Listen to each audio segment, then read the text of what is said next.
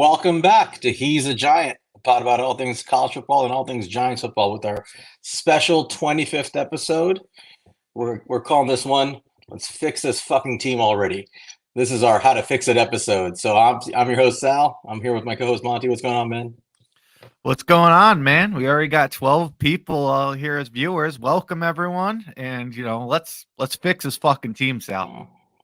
Let's fix this shit show. It has been 12 years since the Giants have been a Super Bowl champion.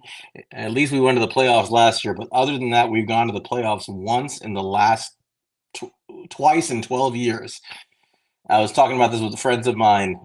In a league where it used to be 16, now 17 teams make the playoffs out of 32.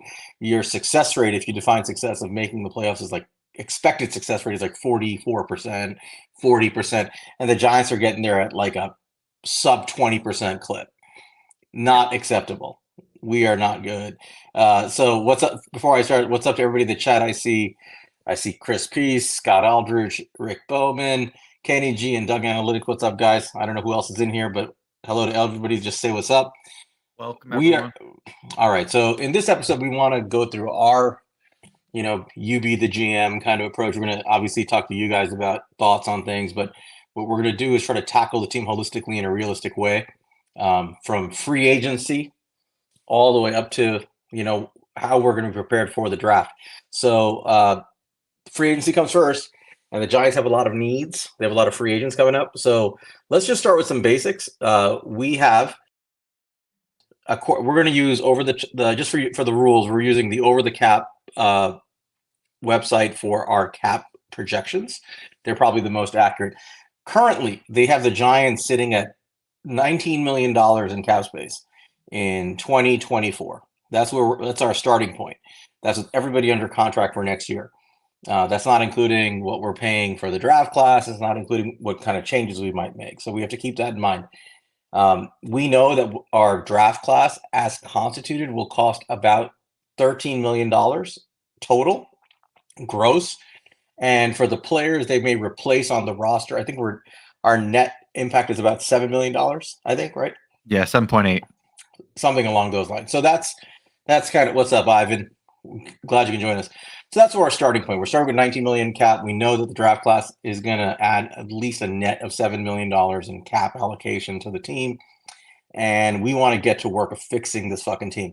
So the first order of business is we've got to look at our own free agents. So Monty, tell me about our own free agents and how we're going to tackle them. We're not going to go through everybody. We're not, because a lot of them are not meaningful. But there's a few big ones. So why don't you tackle that issue? Sure. So, before we even talk about the official numbers we can end up with by making some moves on this cap, we're looking at some decent free agents here. I mean, we have Xavier McKinney, a young safety who seems to be kind of an up-and-coming star. He's most likely going to hit open market. So, we're going to have to compete to bring him back if we want him here. Saquon Barkley, there's a lot of conversation if there will be a second tag on him or not. We'll have that discussion, but that's been going around, the Giants world. Adoree Jackson, our starting cornerback for us. He's probably the last of kind of the big three there, and then I'll rattle off some other guys who are starters / guys who will make more than vet minimum. And you have Tyrod Taylor, Isaiah Simmons, A'Shawn Robinson, Paris Campbell, Matt Breida, Ben Bredesen. Then there's a bunch of vet men guys, but that's, the idea of the guys who'll probably make more. Right. Let's start with the big three. I don't know. We can't go through everybody, but yeah. So I really feel like outside of the big three, you're looking at guys who are interchangeable. Like if you sign them, you sign them. If you replace them, you're probably replacing them for kind of a net zero change in cost, right? Would you agree with that? Yeah. All right. So let's go with the big three. Let's start with them, with their expected salary. So let's start with Xavier McKinney, number one. We're going to use the PFF free agency website in terms of projected salaries. PFF has Xavier McKinney at 3 years and $12.5 million for his expected contract. We all know Xavier McKinney was drafted by the Giants in the second round of the 2020 draft right after Andrew Thomas. He has been a good player, and this year he emerged to a very good player, bordering on a great player. in his performance this year. I think objectively you can make a claim that he's a top 15 safety in the NFL, somewhere in that territory. Maybe Yep. 15, I think he's more closer to 15 than 10, but you know, the projection of again from PFF is 3 years, 12.5 million per year. How are you tackling Xavier McKinney, especially now that we know that Shane Bowen is our DC? I mean, I think now that we know Shane Bowen is our DC, I think Xavier McKinney is as important as he's ever been. I mean, safety has been a very important position over in Tennessee for them. I mean, they'll often have 3 safeties out on the field. I mean, that is they want to play small. They wanna have a lot of secondary guys out there, and Xavier McKinney is a very good player who, as with the exception of 2022, has found ways to, get turnovers, and that's just something that until this year, we haven't had enough on this team. So, I'd love to bring back Xavier McKinney. Obviously, his tenure has not gone smoothly all the time here between the ATV accident, some issues with Wink, and among other things. But I'm pro bringing Xavier McKinney back, and personally, we like said they have the contract here at 3 years, 37.5 million or 25 million guaranteed. I don't know if he might go more than that. I'm not sure. It sounds around the area to me. I would bring him back for that contract. Yeah, I fully agree with you. I think I wanted him back anyway, no matter who was. And I see somebody asking about restructuring. We're going to get to that point in a minute. PL 73. We're absolutely going to talk about restructures and managing the cap, but we're just going to tackle our own free agents first. The question is, are you guys restructuring Thomas, Dex? A lot of money can be saved through that. So we will get to that in a minute, but it's a great question. I wanted McKinney to stay anyway. Again, this is a young player. I think he's 24. Maybe he's at 25 now. He's an 25 and a half. Right. He's emerging as one of the top safeties in the NFL. These guys usually are good till about their 30 to early 30s. So basically, you expect him to be playing at a high level through his next contract.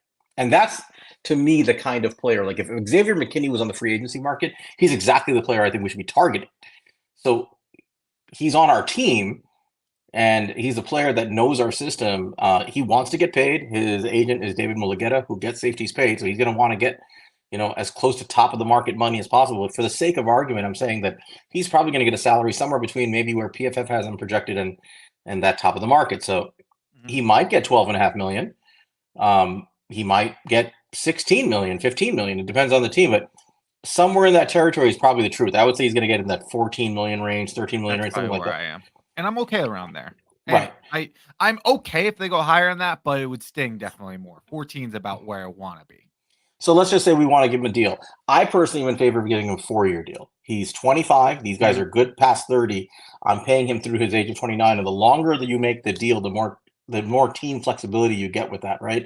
So I would vote for offering McKinney something in the range of 4 years, 56 million, 4 years, 57 million, somewhere in that territory to lock him up for 4 years. That's about 14 million a year.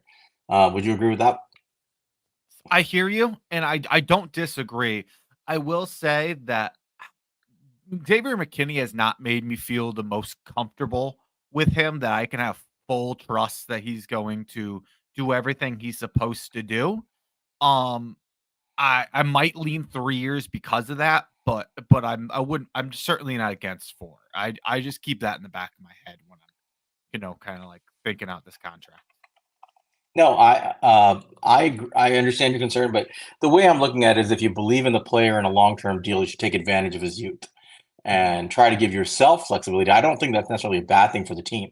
Is giving yourself the flexibility to be able to give him a multi-year deal. But even if you settled on 3 years, 44 million, somewhere in that territory, right? A little over 14 million a year, something like that. I don't think that's a terrible place to be. Yeah. And so I think that's a player we'd want to keep. So I think we're both voting in the camp of keeping Xavier McKinney and keeping that safety room as strong as possible. Agreed. Yeah, he's a guy out of these guys that we're going to talk about. He's the number one guy I'd want to bring back. So then let's get at the next big guy. Actually, let's save the biggest big guy to the end. Okay. The next big guy is Adoree Jackson, cornerback. Adoree is approaching 30. I think he's 29 now. Maybe he's 28. I believe he's 29. Was a good player for the Giants the first couple of years, had a down year this year, but to his, in his defense, the guy's been an outside corner his entire career, and whatever the mess was with the Giants, they had the dude playing nickel, slot corner this year for the first time in his career. He definitely struggled. He struggled when he went back on the outside. He was okay. He wasn't great. He definitely hurt his value. Adori's value has plummeted. I was very much in the camp of you can't pay Adori. PFF's projected contract for Adoree Jackson right now is 1 year, $7 million. And I think at that price point, it's at least worth a discussion. So, Monty, would you give Adoree Jackson 1 year, $7 million to come back to the Giants? I'd certainly consider it.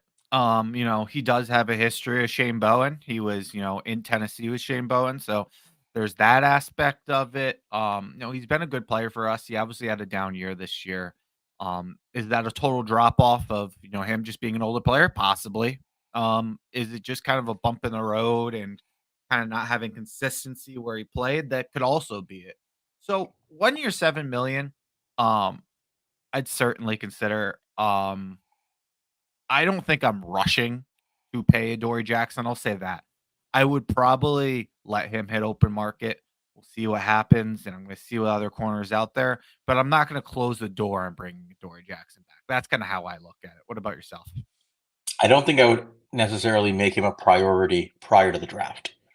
The way I'm looking at this is Adoree Jackson is, I hate to say it, but he's one of these vets who you can see being unsigned after the draft. Like there's a possibility that he hangs out. You wouldn't expect it, but guys who are about as good as him sometimes linger, looking for the right deal, looking for a 1 year deal. I wouldn't close the door on it, but I don't think I would make it a priority. So personally, I'm not right now ready to say let's go after Adoree and try to lock him up. I think we're both kind of in that camp. Yeah. I'll see. I won't close the door on it, but I'm not making a priority for sure. So people are going to ask, how do you address cornerback 2, right? We have, obviously, Deonte Banks is our cornerback 1 now. If you let Adoree walk out the door, who's your cornerback 2? Yeah, I mean, you got Cordell Flott, who you spent a high pick on. Right now, he's playing in the slot. Do you believe he can play on the outside? I'm not sure. Or is he a nickel corner only? You have Trey Hawkins, who they had a lot of belief in. I mean, they moved Adoree Jackson inside because they had so much belief. And obviously, he did not live up to that. But we're going into year 2. Nobody expected Trey Hawkins to be on the field really his first year, and hopefully can get more of them. But relying on Trey Hawkins going the year is not necessarily the best plan. I think more likely we're going to be looking at cornerbacks as we go forward here in free agency and then the draft. Probably what the answer is. Yeah. It's also worth noting that Shane Bowen's defense does play a decent amount of man. It's not quite as much as Wink Martindale, and they certainly don't blitz as much, but they still rely on a lot of man concepts. It may not, and the only difference is they don't play a lot of press man. I think he plays a lot more off man coverage. So, interpret how you want, but we saw Jerome Henderson take guys off the street and turn them into functional CB2s last year. He's done a good job of that, and I think this is where you take advantage of your coaching and say, I think Jerome Henderson, newly promoted Jerome Henderson with his pay raise, is somebody I would trust to take somebody off the street, somebody in the draft, and say, I can turn this into a functional cornerback. I don't have to fix this through free agency right now. And not only that, take advantage of your pro scouting and try to get some of these cheaper veterans who you feel confident can bring in and fit a scheme, and you can get more out of than what you're paying them. I agree. So far, I think we're both in agreement. We would prioritize re-signing Xavier McKinney. We're probably comfortable letting Adoree Jackson go and let that be. And then here's the big kahuna of the 3 big free agents the Giants have. Saquon Barkley. Saquon Barkley is expected to make a contract in the territory of 2 years and $11 million per year. What up, 1T? That's my boy. That's our guy. Just wanted to say hi to him as he enters the chat. So Saquon Barkley, 2 years, $11 million per is what PFF projects him as getting. I don't think that's too far from the truth. Oh, he brought up another name we'll have to go over. But what would you do with Saquon Barkley? At that price, I'm not keeping him.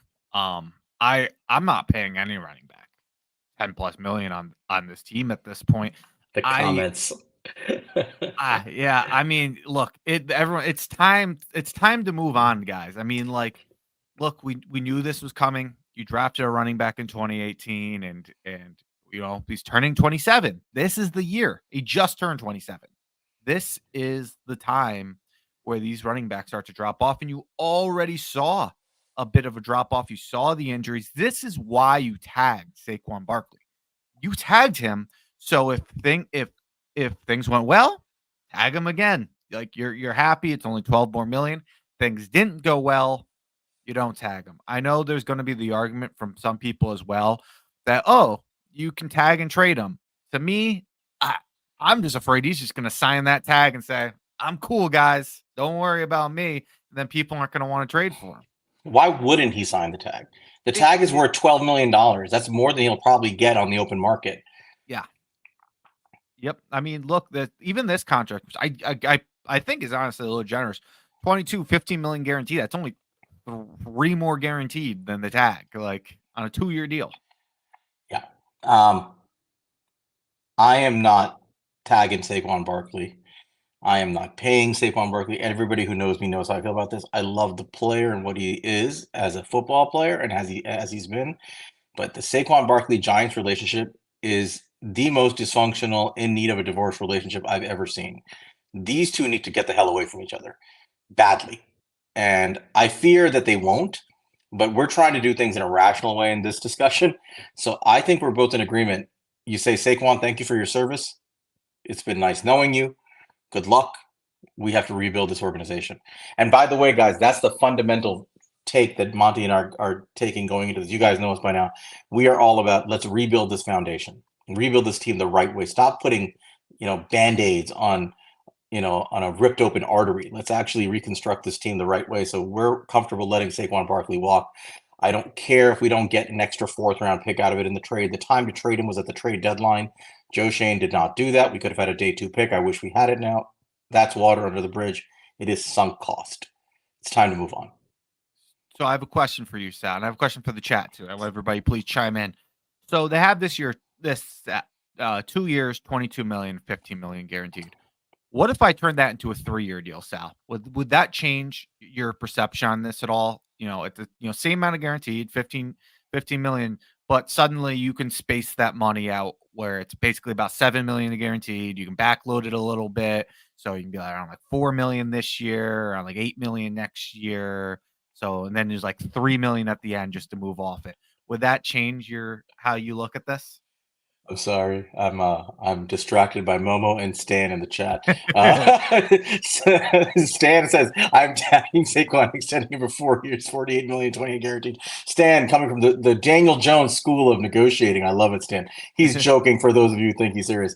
No, it doesn't change anything, Monty. Look, Saquon he turns 27 next week, I think. People argue with us. You can argue with the wall. This is the age running backs begin to start slowing down. I'm not interested in a multi-year deal for a guy who's going to be 27 heading to 30. Walk away. It's okay. You'll live. Run games matter. Run blocking matters. Running back by committee is one way to get there. Running back as an individual, feature back person in an offense. It's tough to see that being the right way for this organization to move forward. That is a luxury and a province of teams that have already done the hard work of building a great roster already, and they can play with that like the Niners did. We're not them. Just walk away. I definitely hear you. I will say, I think it's a running game more than a running back, but I mean, obviously the running back plays a factor in that as well. Not as big a factor as some other things, but with us bringing in a young quarterback, but hopefully we'll talk more about that later. I'd definitely be open to it at the right price, but it would have to be a significant discount, kind of like the one I laid out there. I think that's kind of the area personally where I would start to feel comfortable with it, but I don't know. We'll see what he's going to get on open market, because I think he'll get a chance to hit it and see what's out there.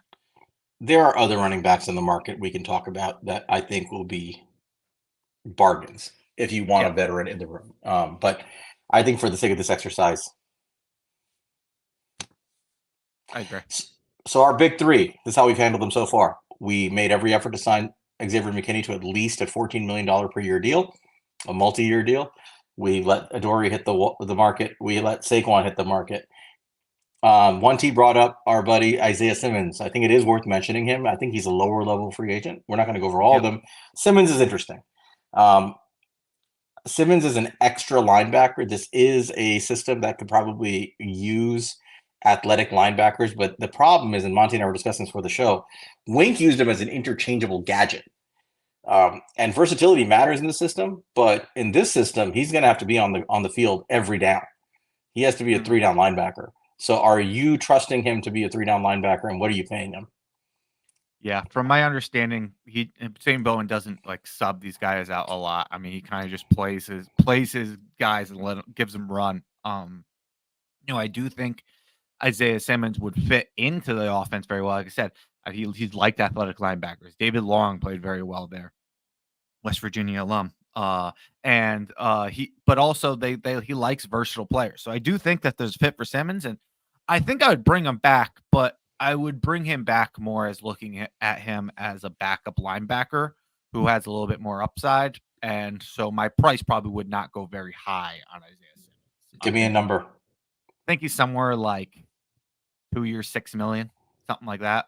$3 million a year. That's probably about where I am on him. I don't know how much linebackers don't get paid a lot. I could see him getting up to like $5 million from a team, like 2 year, $10 million. I wouldn't go that high though, personally. Yeah. I think that's about as far as I would go. $3 million a year, I think, should get it done. If he gets more than that, I don't think he's important enough that you allocate money for him. I think he's a player you put a hard line in the sand down and say, I value you this much. If you don't want it, that's fine. And I really don't think he's going to make a ton of money out there. So yeah, I'm saying $3 million a year, 1 year deal, maybe a 2 year deal, and call it a day. And that's it. That's how I would approach the Simmons thing. I think he's a good player, but I think for $3 million, he's worth it. Anything more, a penny more than that, no. And hopefully for less than $3 million, hopefully they can work out something. Yeah, you never know. There's a bunch of other free agents. We're not going to go through all of them for the sake of time. But I think, just in summary, again, do everything you can to keep McKinney, let Adoree go, let Saquon go, and maybe set a low price point on Simmons and see if you can keep him. And that's that. Don't tag anyone. Yeah, don't tag anyone. I wouldn't tag anyone. You cannot reconstruct a roster and rebuild in a year. And I think that's a fundamental principle here. We're not trying to field a roster to compete for a Super Bowl next year. We're rebuilding. It's okay to have holes. You just want to make good decisions. So I think that's a good place to start. So we've done that. Now let's look at our salary cap situation, getting back to one of the original questions about how you handle it. Spotrac has us starting at $19 million in cap space in 2024. That is with, I want to say, I forget how many players were under contract. It was around 51, something like that. 52 players under contract. If we make a couple of maneuvers, we could add a lot of space to that. So the ones that come to mind, and we did this for the sake of the exercise, is you can restructure players who are going to be here for a long time that you trust to be here and be good. You can cut players that you don't think are going to contribute much next year who can save you some money, and you can just start there. So there are a lot of things the Giants could do. But for the sake of this exercise, Monte and I did 3 things. We maximally restructured Andrew Thomas. We maximally restructured Dexter Lawrence. And we cut Mark Lewinsky. And I think most people would believe that that is probably a reasonable place to go. You don't touch Daniel Jones' contract unless you live in an insane asylum. It's bad enough. Leave it alone. Darren Waller, you could save some money by cutting him or trading him. That's interesting to watch, but I still think he has value. I wouldn't jump on that boat yet. You could make some money by restructuring Okereke. He's a good player, but you just signed him, and I don't think you have to do that. But if you just do those 3 things, you go from 19 million in space, Monty, to 53 million in space. I think that's a pretty healthy place to start. Yep. One thing I'll throw out there too is you can save 6.2 million with only 1.75 million dead by cutting Slayton. I think he's a good enough player to keep at, he's worth more than that 6.2 million. But I'll say this, I would certainly shop Darius Slayton and see if there's a buyer out there for him, because I mean, at this point with his consistency, I could see somebody trading a 5th round pick or something for Slayton, and I would make that move to, get another draft pick and to get a decent cap saving. Just throw that out there. Yeah, I'm not a huge Darius Slayton fan, but I'll push back on that a little bit, and I'll say this: our wide receiver room next year, as currently constituted, is Darius Slayton, Wan'Dale Robinson, and Jalen Hyatt, and Bryce Ford Wheaton. That's it. That's 4 players. I guess Isaiah Hodgins is on the rookie deal. Like technically, he's an exclusive rights free agent, right? So, you got 4 receivers under contract. Is the savings you get from Darius Slayton worth losing a potential starting player for even for a year? So I'll give one thing to this. No, I don't think so. But, and we'll get into this when we get in the free agents. If we end up going a route where we sign a wide receiver in free agency, we'll see if we decide to go that way. I think that's a situation where I can go, okay, cool, we can cut Slayton now. Like if we went out and spent on a wide receiver, I'd feel much better about doing that. Yeah, it depends on it. I would first, so the way I would approach this is not cut Slayton. I think he has value. If I would first sign somebody, if I was going to go down that road and decide there was redundancy and that knowing I would go in the draft and get someone, and then I would try to trade Darius Slayton. But there's no way I feel comfortable cutting him. I don't think that's a good idea. Say what you want about him. He's a productive football player. He's a productive player. He's often doing his job. Even though he defends Daniel Jones like his life depends on it, I'm firmly in the camp of Daniel Jones is the reason Darius Slayton is not a more productive player. I don't think he's a great player, but I think he'd be a higher tier of a player if he had better quarterback play. Yeah, I mean, I agree. I think he's tradable, but I'll also say if the difference between the $6 million cutting is us signing like a guy who we think has an upside as a wide receiver 1, I would make that trade off. Yeah. I mean, I think that's fair enough, but I think that's an after the draft kind of situation, honestly, or on draft day kind of situation. Yeah, when you do it when you need it type of thing. For the sake of this discussion, though, I would vote strongly like leave him alone. You need some players. Yeah, as far as this experiment goes, we'll just go into the mindset that we have 53 million in space. Round, you take about 13 million out of that for the pool, for the rookie pool, sit more at 40. You talk effective cap space and that such, but well, it's 13 million allocated for the draft picks. If we keep the draft picks the way they are, realistically, that's probably like a plus 7 million net because they're going to be they're replacing 7 like lower end players on the roster realistically. So it's really just an additional 7 million out of the cap, something along those lines, right? So 6 or 7 million. So you would go from like 53 to let's say like 46 to 45 million of effective cap space. And I think that's now we're not talking practice squad yet and money for in season, but let's just make that number for the sake of argument 10 million, something like that, right? That we need to set aside. So really you're sitting at like $35 million to work with. And that's where you start without touching, that's it,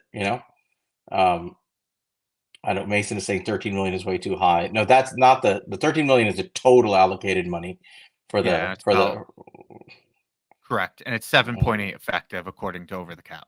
Yeah, the effective is 7.8 million. So that's what we're talking about. So anyway, we haven't touched Bobby O yet. We haven't touched Darren Waller. We haven't touched Slayton. We're just working with this. We're at 45 million effective cap space to start with. We're going to leave the practice squad and all that stuff alone. We'll deal with that later. Some of that is going to McKinney. And would you front load that deal or would you backload that deal? I would probably backload it. I think he's a good young free agent. I would make his cap hit minimal. Let's talk about some free agents we would target. We're about half an hour in. Let's go. Let's talk about the free agents we would target to improve this team. So what's your strategy in adding free agents now? I'll also say shout out Mason. He was helping me with some of the cap stuff beforehand. So shout out Mason. But let me just pull up the PFF free agent list and let's just take a look at it. And so as far as the guys I would target, we talked a little bit about this beforehand, and I think there's tiers to this, and we'll kind of talk about this in tiers. I think that there's definitely positions we want to address, but I think the number one, and people can correct us if they disagree, but this is how Sal and I both feel, is in a tier in its own is offensive line. We need to by far. address offensive line. You can talk about edge, wide receiver, cornerback, all that stuff. That stuff's all the tier below it. We need to spend real money on offensive line, and preferably, I think a guy who has offensive tackle, offensive guard flexibility. That would be our preference. And there's a couple of guys in this free agent who are some of the more high end players who bring that. So let's talk about those guys first. Yeah. So you guys, those of you who've been following us, know who our favorites are here. We want to tackle that flexible position, and we have two guys in mind that we think Joe Shane should go balls to the wall to try to sign. The first one is Robert Hunt from the Miami Dolphins. Robert Hunt, for those who don't know, plays guard, but he has played tackle in the NFL. He has guard tackle flexibility. Right now, he plays guard, and he's an outstanding guard. But this is a guy who is, I think he's about 26 years old. How old is he? Something like that. 27 and a half. He's young. He's 27. These guys go well into their 30s. He's a high-end guard. He can play right tackle. He's projected to make 4 years, $17.5 million.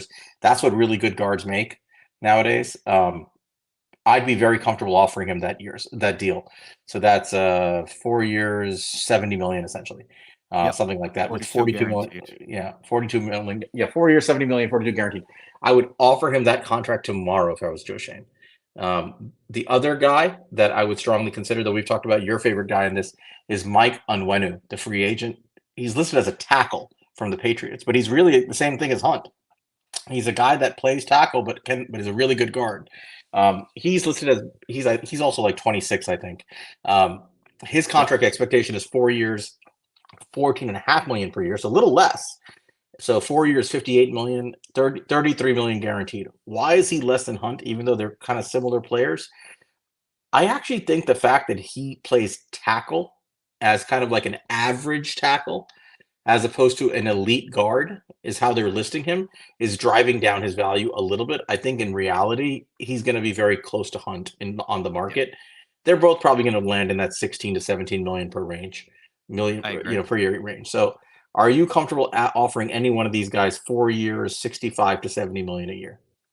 Yes, I am, and I'm totally with you. I don't know if there's actually a realistic possibility that Onwenu playing tackle drives down his price. It's an interesting thought. I think that ultimately his flexibility will help his market, and he will end up higher. But yeah, it's weird because guards have gotten paid so much money at this point that like the top guy only makes a few million less than tackles. So being a high-end guard is better at this point, like getting paid wise, than being a middle of the road tackle. It's very interesting. But yeah, I think Onwenu would be the perfect tackle target for us, because this is a guy who has history with Carmen Brasillo. Carmen Brasillo worked with Onwenu his rookie year, second year. He's a guy who has like legit tackle experience. Hunt played tackle his entire rookie year. He has tackle experience, but he hasn't done it since then. Onwenu was playing right tackle as of last year. These are both big dudes, and ideally I'd want to play either of them at guard, but if things don't go as expected with Evan Neal, I'm perfectly comfortable with playing Onwenu at tackle. I feel fine about playing Robert Hunt at tackle, but I am trying to get a tackle to replace him like that. Onwenu, we can go to free agency, and I could probably be like, yeah, I want to get another tackle, but he's pretty decent out there. I'm fine with it if we need be. Like, it's a little bit different how I approach it. What about you? Yeah, I'm fine with either. This is how I would approach this if I'm Joe Shane. I'm going to try to lock down. I'm going to be trying to lock down McKinney. That's a priority. And another priority right away is one of these two. I would probably make an offer to both of them and just say who's taking it. First one that takes it gets the job. And I'd probably make a very generous offer. 4 years, 70 million. I'd have no problem offering it to these guys, because they can really lock down the tackle position and play guard.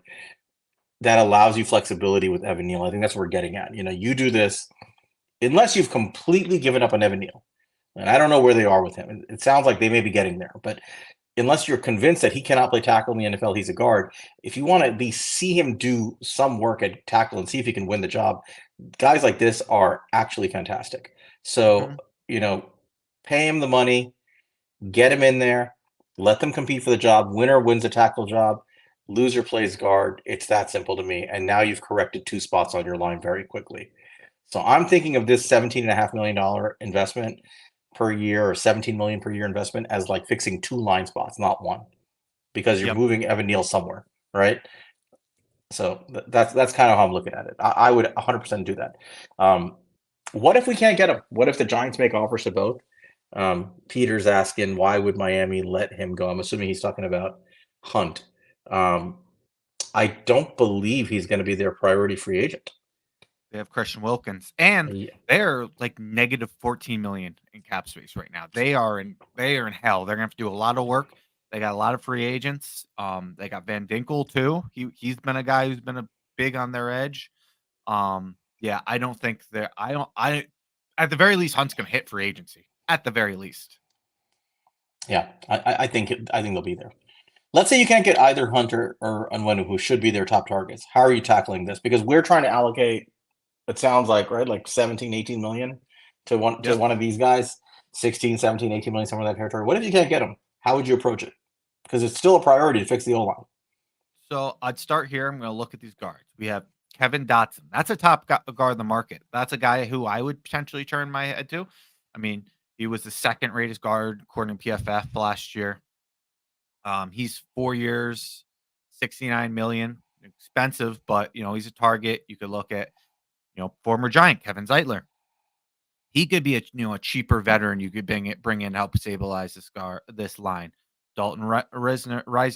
I kind of disagree with how high he is. He had a bad year and it took forever for him to get signed. But Urza Cleveland.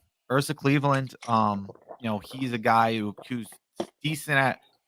He's a decent run blocker. He's a decent pass blocker. He's kind of a good solid run player. I'm actually surprised he's low. He must have struggled when he went to Jacksonville because he was playing very well in Minnesota. But there's players along these lines where I would try to go one of these top players at guard. And then what you do is, if you can't get one of those guys who have that flexibility, this is where you're kind of stuck in, especially if Dotson's tough because you're not getting any cap savings by signing a Dotson. But I would turn around and I would look at like Illuminor from the Raiders, who you worked with our offensive line coach, George Font, who was a solid player for Houston last year. Guys like that to couple and be a swing tackle, but potentially not even start for you if things go well with Evan Neal. But that's kind of my backup option. Yeah, I think somebody's asking the question, why not get 2 for 1? It's a fair thought. Let me just start with that question, and I'm forgetting who asked it. I apologize. I think it was Christopher Tony. Why pay 17.5 million? Why not split the 17.5 million and get 2 players? The premise we're going into this with, Christopher, is we want to just add quality players. We're not just trying to fill the roster. We're trying to get impact players, because you can't rebuild a team in 1 year. So if I have a chance to get one of these guys, one of these top guys, like Hunt, like Onwenu, I'd rather spend the higher end dollar on the higher quality player. But so that's our priority. That's just how we're looking at it. If we can't get them, what Monty's saying right now is very fair. That, you know what, you need a guard and you need at least 1 swing tackle. So getting a guy like Illuminor, who's probably going to make his PFF is estimating 2 years, 14 million with 9 guaranteed, and then coupling that with Ezra Cleveland, who's going to make about 8 million a year. And so you're basically getting 2 players. You're getting a starting guard who cannot play tackle. You're getting a tackle who can't play guard, but you're adding them to Evan Neal and the rest of the team. It's not a bad plan. I don't think it's as impactful as getting a guy like Onwenu or Hunt. That's how I would say it. For me personally, I'm tired of. It's not that they're not important. I want to keep signing, but I'm tired of signing the Mark Lewinsky's of the world. We haven't invested seriously into an offensive lineman in free agency outside of Nate Solder since I don't remember when. Like we missed on that one. It happens, but like we need to keep swinging. We can't just only rely on like low end free agents and draft. Like we need to bring a veteran in here who can help like bring that lead, bring what everything that people was talking about with Justin Pugh, with how happy they're in, despite him not being a very good player, is the same reason to bring in like a true like top of the line veteran into this locker room. So I think that one player would bring to help make the players around him better is so valuable. It's not just like what he brings for his position. He makes the people around him better. And that's what to keep in mind. I do want to hear what people in the chat think. Would you go a Wenwu? Would you go Hunt, or would you go two? So, everybody in the chat, make sure you chime off. I'm interested what you guys all think with that discussion. Yeah. So tell us if you want just the one big lineman, or you want you want to go with the two linemen for the same price. So you guys can please comment on that as we go through this process. But I think where we're landing, like I said, is we're going to make our best effort to sign one of these two guys. If we can't get them, we go the route of adding some quality in volume. But I would just go for the big swing. Interestingly, before we move on to the next position, Dan Jeremiah was talking about how you construct a Super Bowl roster. I don't know if you followed that thread today, and they're doing a whole series on it.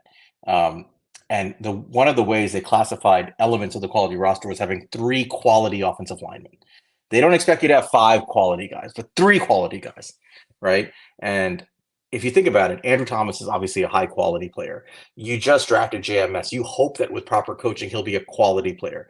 You spent a high pick on Evan Neal. You hope you can at least turn him into a high quality guard at the minimum, right? If you get one of these guys, you might have 3 or 4 quality players. You don't necessarily have to get to have so many. This can change very quickly if we allocate resources and quality, in my opinion. So that's how we're looking at it. It looks like most people are saying they want to go with quality over quantity, and I appreciate that. I think Hunt, that's where we are. seems like. Yeah, and I'm fine with that. Hunt is a great player. He is. So he murdered DJ Davidson. If you watch some of the breakdowns, he obliterated him when we played them. Right. Alex 9620 wrote, I don't know if you can pull it up.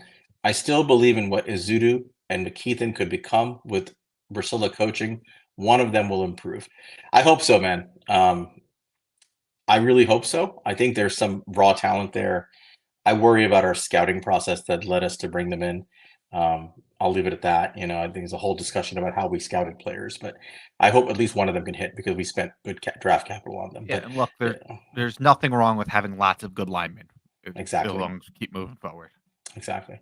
Let's move to the next position. So tier 1 offensive line. I think we had a good discussion about that, and I think we're landing on let's just sign one of these guys. Let's live in our fantasy world that we can grab one of these 2 guys.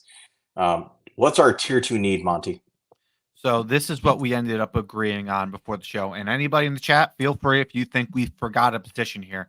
But we felt between what the Giants need are positional value and just what seems a strength of the free agency is, that the 3 positions, and really in this order, but same tier, edge is still a huge need for us. Cornerback, the good cornerback class. We still feel like we, letting Adoree Jackson go. That's still a big need for us. And wide receiver. We still haven't really gotten that true wide receiver one. And, if there's an option to do that in this draft, it's a good wide receiver class. But there might be some good options sitting out there for us. So those are the 3 where if we need to make one more splash, that's kind of how we're looking at the next year. If we're going to make one more splash, we're going to do it one of those 3 positions. Then from here on out, we'll be kind of like lower contract people. See, I know Doug's a big Leo fan. He wants to bring Leo back. The pass rusher. So again, let's go back to the Jeremiah concept. They want a quality team has 2 pass rushers, 2 guys who can rush the passer, and 3 impact defenders. That's how they classify it. So we have right now, I would say we have 2 pass rushers. We have Dexter Lawrence and we have Kayvon Thibodeau. I can't put Azeez Ojulari in that because he's just never healthy. Hopefully he can be healthy, but he's going into a contract year next year. And obviously Kayvon's got to get better, but at least he's a good pass rusher for now. Obviously, he can improve. We're not going to have to get into that whole discussion, but I think there's plenty of room for improvement with Kayvon. Um, I agree with Doug's premise. You need a pass rusher somewhere. Yeah. Somewhere you need a pass rusher. We know that Shane So, Bowen. Uh, Let me just finish this point. yeah. We know that Shane Bowen runs a front that he basically calls a 3-4, but really it's the majority of the time it's 4 down linemen. They get their pass rush via stunts and twists. They have the lowest blitz rate in the NFL, or among the lowest blitz rates in the NFL. They try to get pressure with stunts, twists, but just 4 guys getting there. So you need 4 guys who can rush the passer. Right now we have 2 guys who can rush the passer, a third guy who may or may not be able to stay on the field. We need a pass rusher. So it could be an interior defensive lineman. Doug's saying I was pretty much just joking, but would be funny. It could be an interior defensive lineman. It could be an edge. I would vote edge. What about you? Yeah. Yeah, but I think it's a good point where I do think we should include interior defensive lines becoming more and more a premium position in this league. And, like there could be a conversation to be had about Chris Jones. I don't necessarily think he's looking to come to a rebuilding team, but guys, but there is like an aspect of that where there's some of these guys like a Leonard Williams who's more of like a higher end player who can bring a pass rushing upside. So first things first, I almost kind of want to make a rule here. And all these like 1-year deals is saying that they're franchise tagging. If they said they're franchise tagging them, let's just kind of like throw them out here. Yeah, We're not Josh Allen's going to get franchise tag, and so is Brian Burns. If these organizations are dumb enough not to franchise tag them, yeah, I would throw everything I had at these 2 guys and get them. Yep. But let's just assume like these organizations are not completely clinically brain dead, and they don't franchise tag these guys and work out a deal. Let's take them off the list. The next best pass rusher, according to the PFF rating system, and I would agree, is Danielle Hunter. Danielle Hunter is, I think, 29 years old. He had a monstrous year this year. He has worked well and developed under Andre Patterson. So there's a connection there. His projected salary is 3 years, $21.67 million a year. So 3 years, $65 million a year, 40 guaranteed.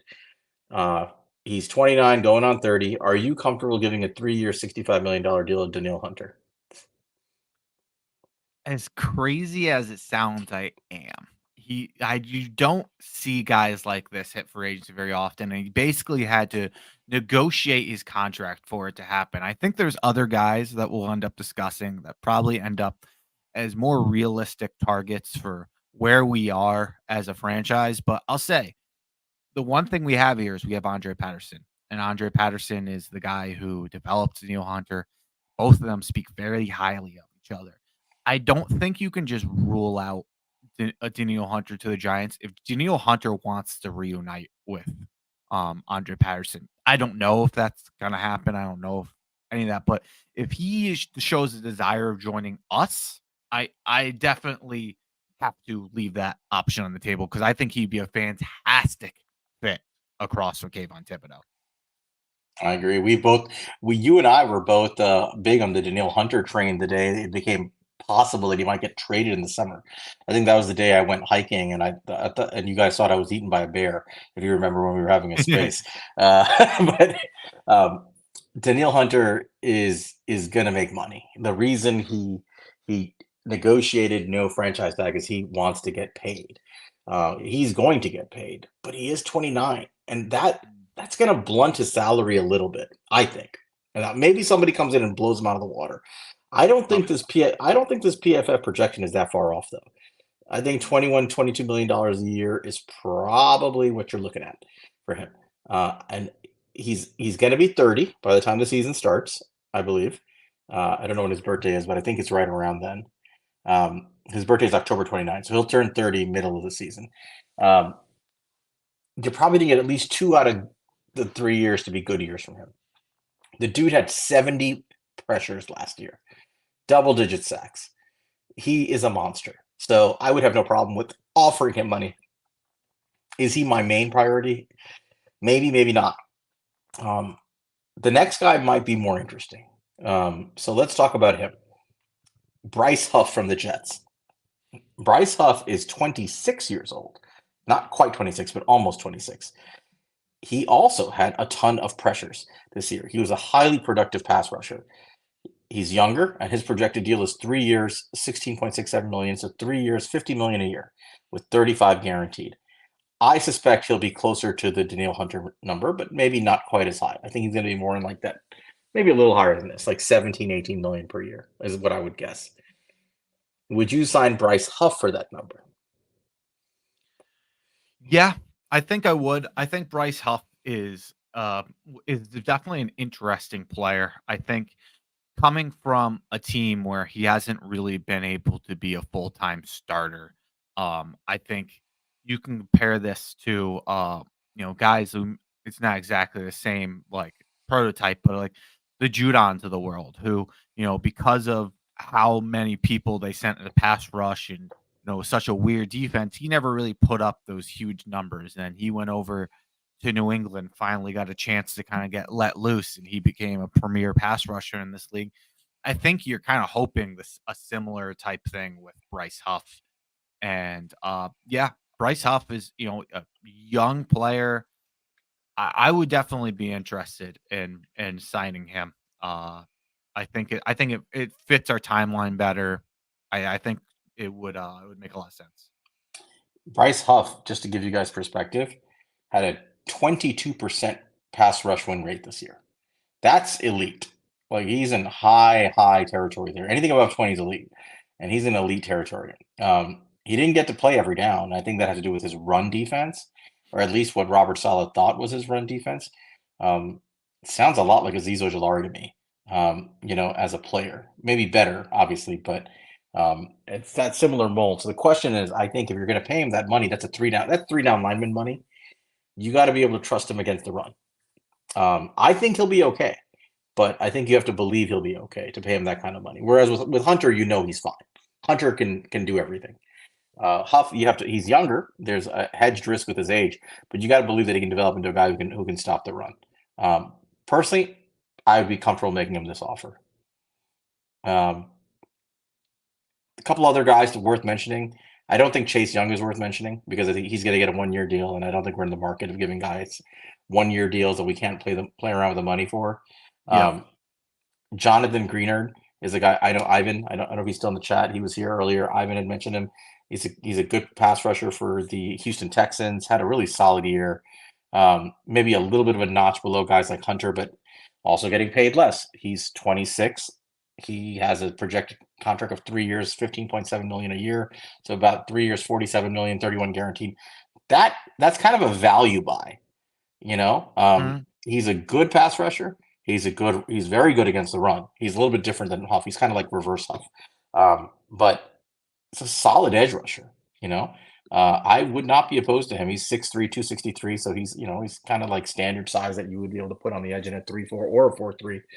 What do you think about Greenard? Would you consider giving him a multi-year deal at his age? Yeah, just under 27 still. And look at this, 9.3 run stop ranking, which ranked 8th for qualifying edge players. That's something we still really need if he could play more of, that strong side edge player and really be their first defense in the run game and kind of let Kayvon Thibodeau loose more as a pass rusher. I think that would help him a lot. Would not be a player that I would have a problem with at all. Probably a better fit as much as some of these more pass rush guys are the exciting signs. Greenard would be a good grab. The other guy I wanted to mention as well here is Josh Uche. Speaking of pass rush guys, he's a guy who he had a little bit of a down year this year, but as PMF said, similar New York Jets Bryce Huff, which is a different evaluation. It's just he's been a role player and he's basically been a pass rusher. He's only 25 right now, but he has a good pass rush win rate, has a good pressures, has put up all that type of stuff as a pass rusher. As a young player, he's another guy who I'd be interested in investing in. And they only have him at 1 year, 7.25 million. I would happily, do 2 years, 16 million, if not more, for this guy. That seems like a low number. Yeah, I think Josh Uche is an interesting guy. He's a designated pass rusher for the most part, but you could use guys like that. So I wouldn't be opposed to it. To me, he's like a notch below. Like, so the guys we just talked about, like the top end guys, assuming you Yeah. can't get Allen Burns, which you shouldn't be able to because of franchise tags, are basically Hunter and Huff. And I think they're kind of by themselves there. If you think about Yeah. it, like that, they're kind of in their own tier. You want to try to get one of them. So just like with offensive line, we're saying go get one of them. These are impact guys, and you can have them on your team for a few years. I would not be opposed to paying one of them. If you don't get them, the next notch below are guys like Josh Uche. There's a bunch of these guys. Zadarius Smith. I don't know how he's about 30 now, right? Zadarius Smith, 31. These kinds of guys who can come in and play for a year or two. Leonard Floyd. One day he'll be a Giant, right? Yeah. Um, Right. Andrew Van Ginkel. Yeah, an interesting name. Danico Autry. Danico Yep. Autry Worth is a guy mentioning. worth mentioning. He's 34 years old, but he's still a beast. He's still playing well, and he's familiar with the Shane Bowen defense. He did very well. He's that big 5 tech, right? He's that big 6 whatever 280-pound monster on 285. That you can use as a 5 tech. Who can really help be a pass rusher from the interior. Um, I would not be opposed to guys like that. Now, to me, Audrey's not a guy I'm not prioritizing. If he's hanging out there after the draft and he wants a Yeah. job, I'd say, okay, here's like something a little bit more than a vet min deal. Come in, right? Help develop the younger players and place them. But as far as I'm concerned, I'm handling this Monty just like I handled O-line. Pay for quality. Go get the Mhm. best guy you can. What about you? Yeah, I'm with you. Like Danico Autry he's a good player. He really is. He has really strong hands. He had 11 and a half sacks this year. I think there's gonna be suitors for Danico Autry. I don't think it makes a lot of sense for us. As much as it makes sense from a Shane Bowen aspect, I don't think it makes sense from a New York Giants aspect. People keep asking about AJ Epinesa. Um, Sure. Now he's a good player. What do you think about AJ Epinesa? I mean, I thought he was hurt. Oh, Yeah, I mean, I don't think AJ Epinesa has really quite lived up to what they were hoping when they signed him. I mean, he had a pretty decent year this year with 7.8 PFF grade. I haven't looked into him really deep here, but I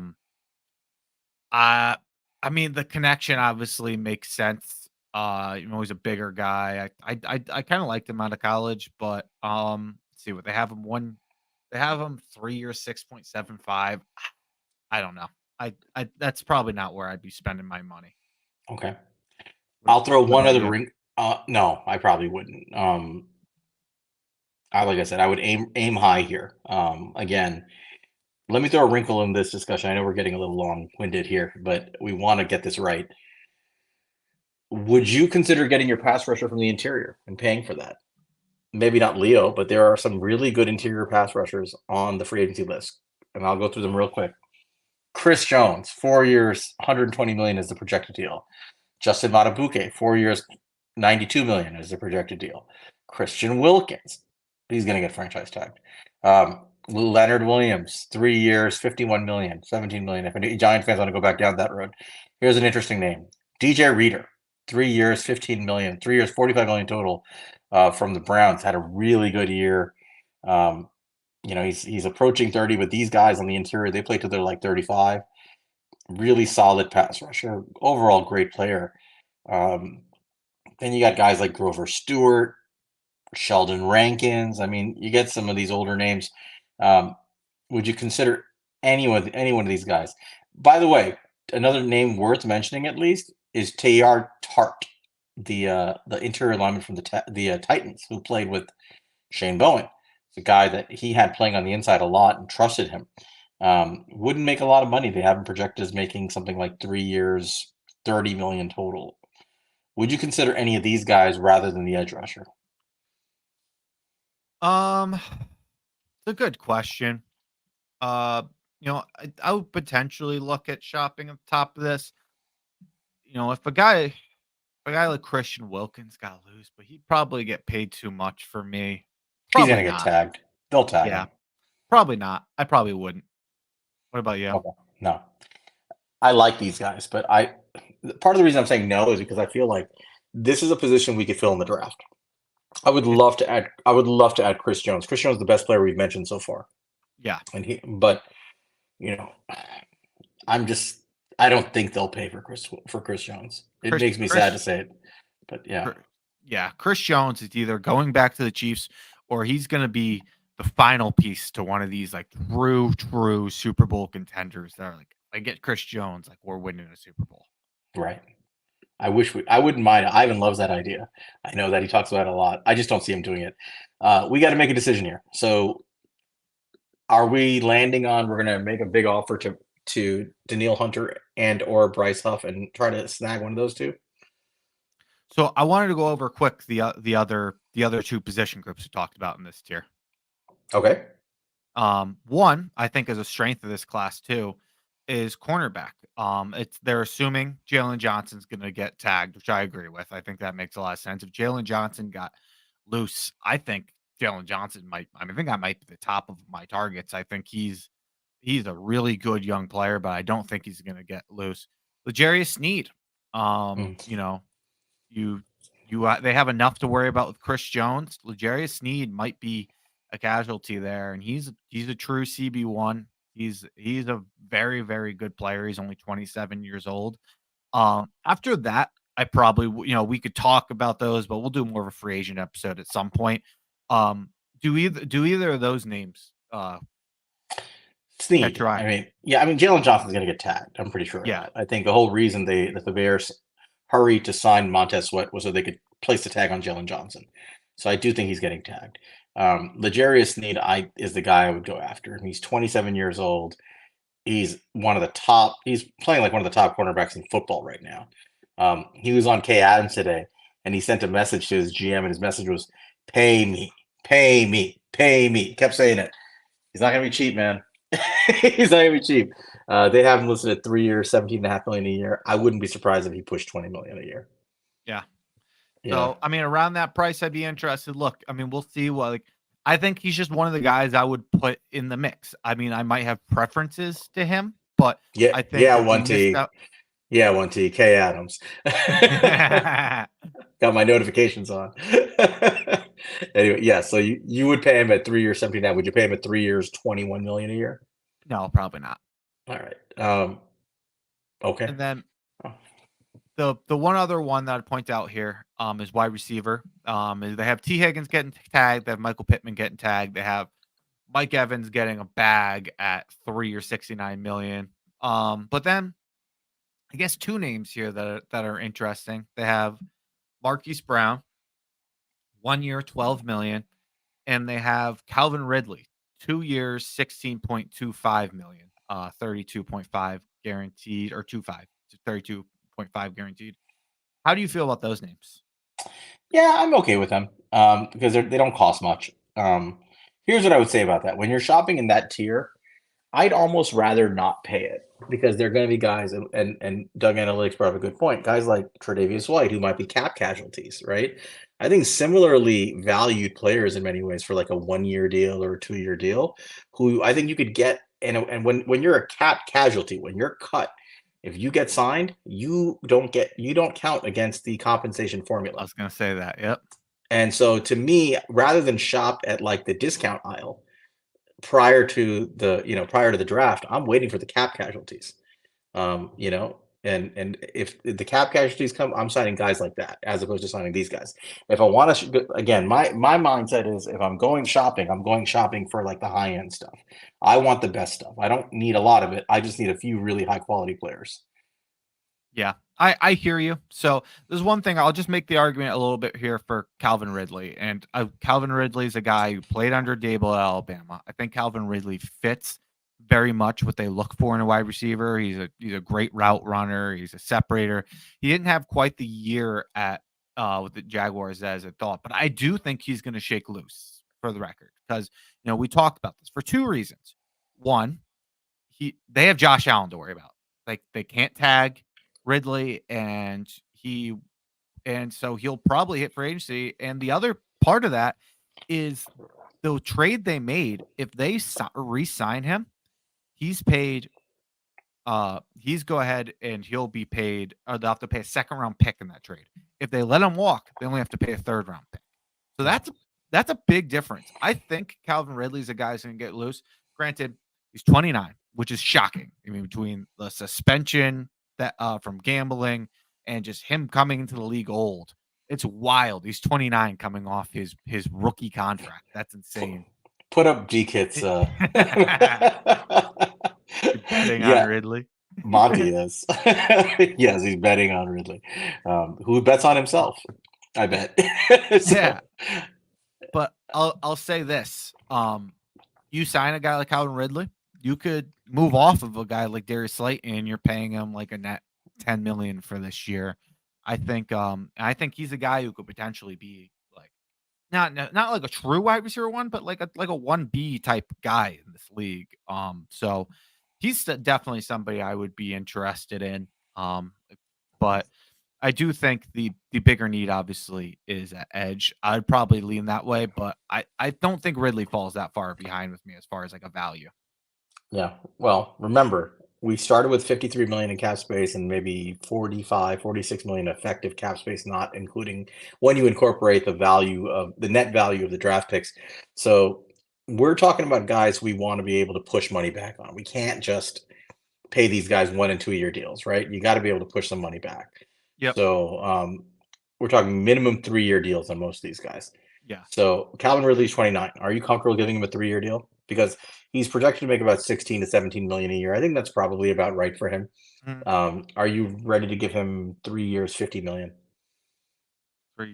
I'd feel good about giving 3 years, 16 million a year. Okay. I don't know if I do. I think I get what you're saying, that you're bringing in a true wide receiver one type talent to the team, but these guys, as you know, like cornerbacks, wide receivers, they hit 30, they decline.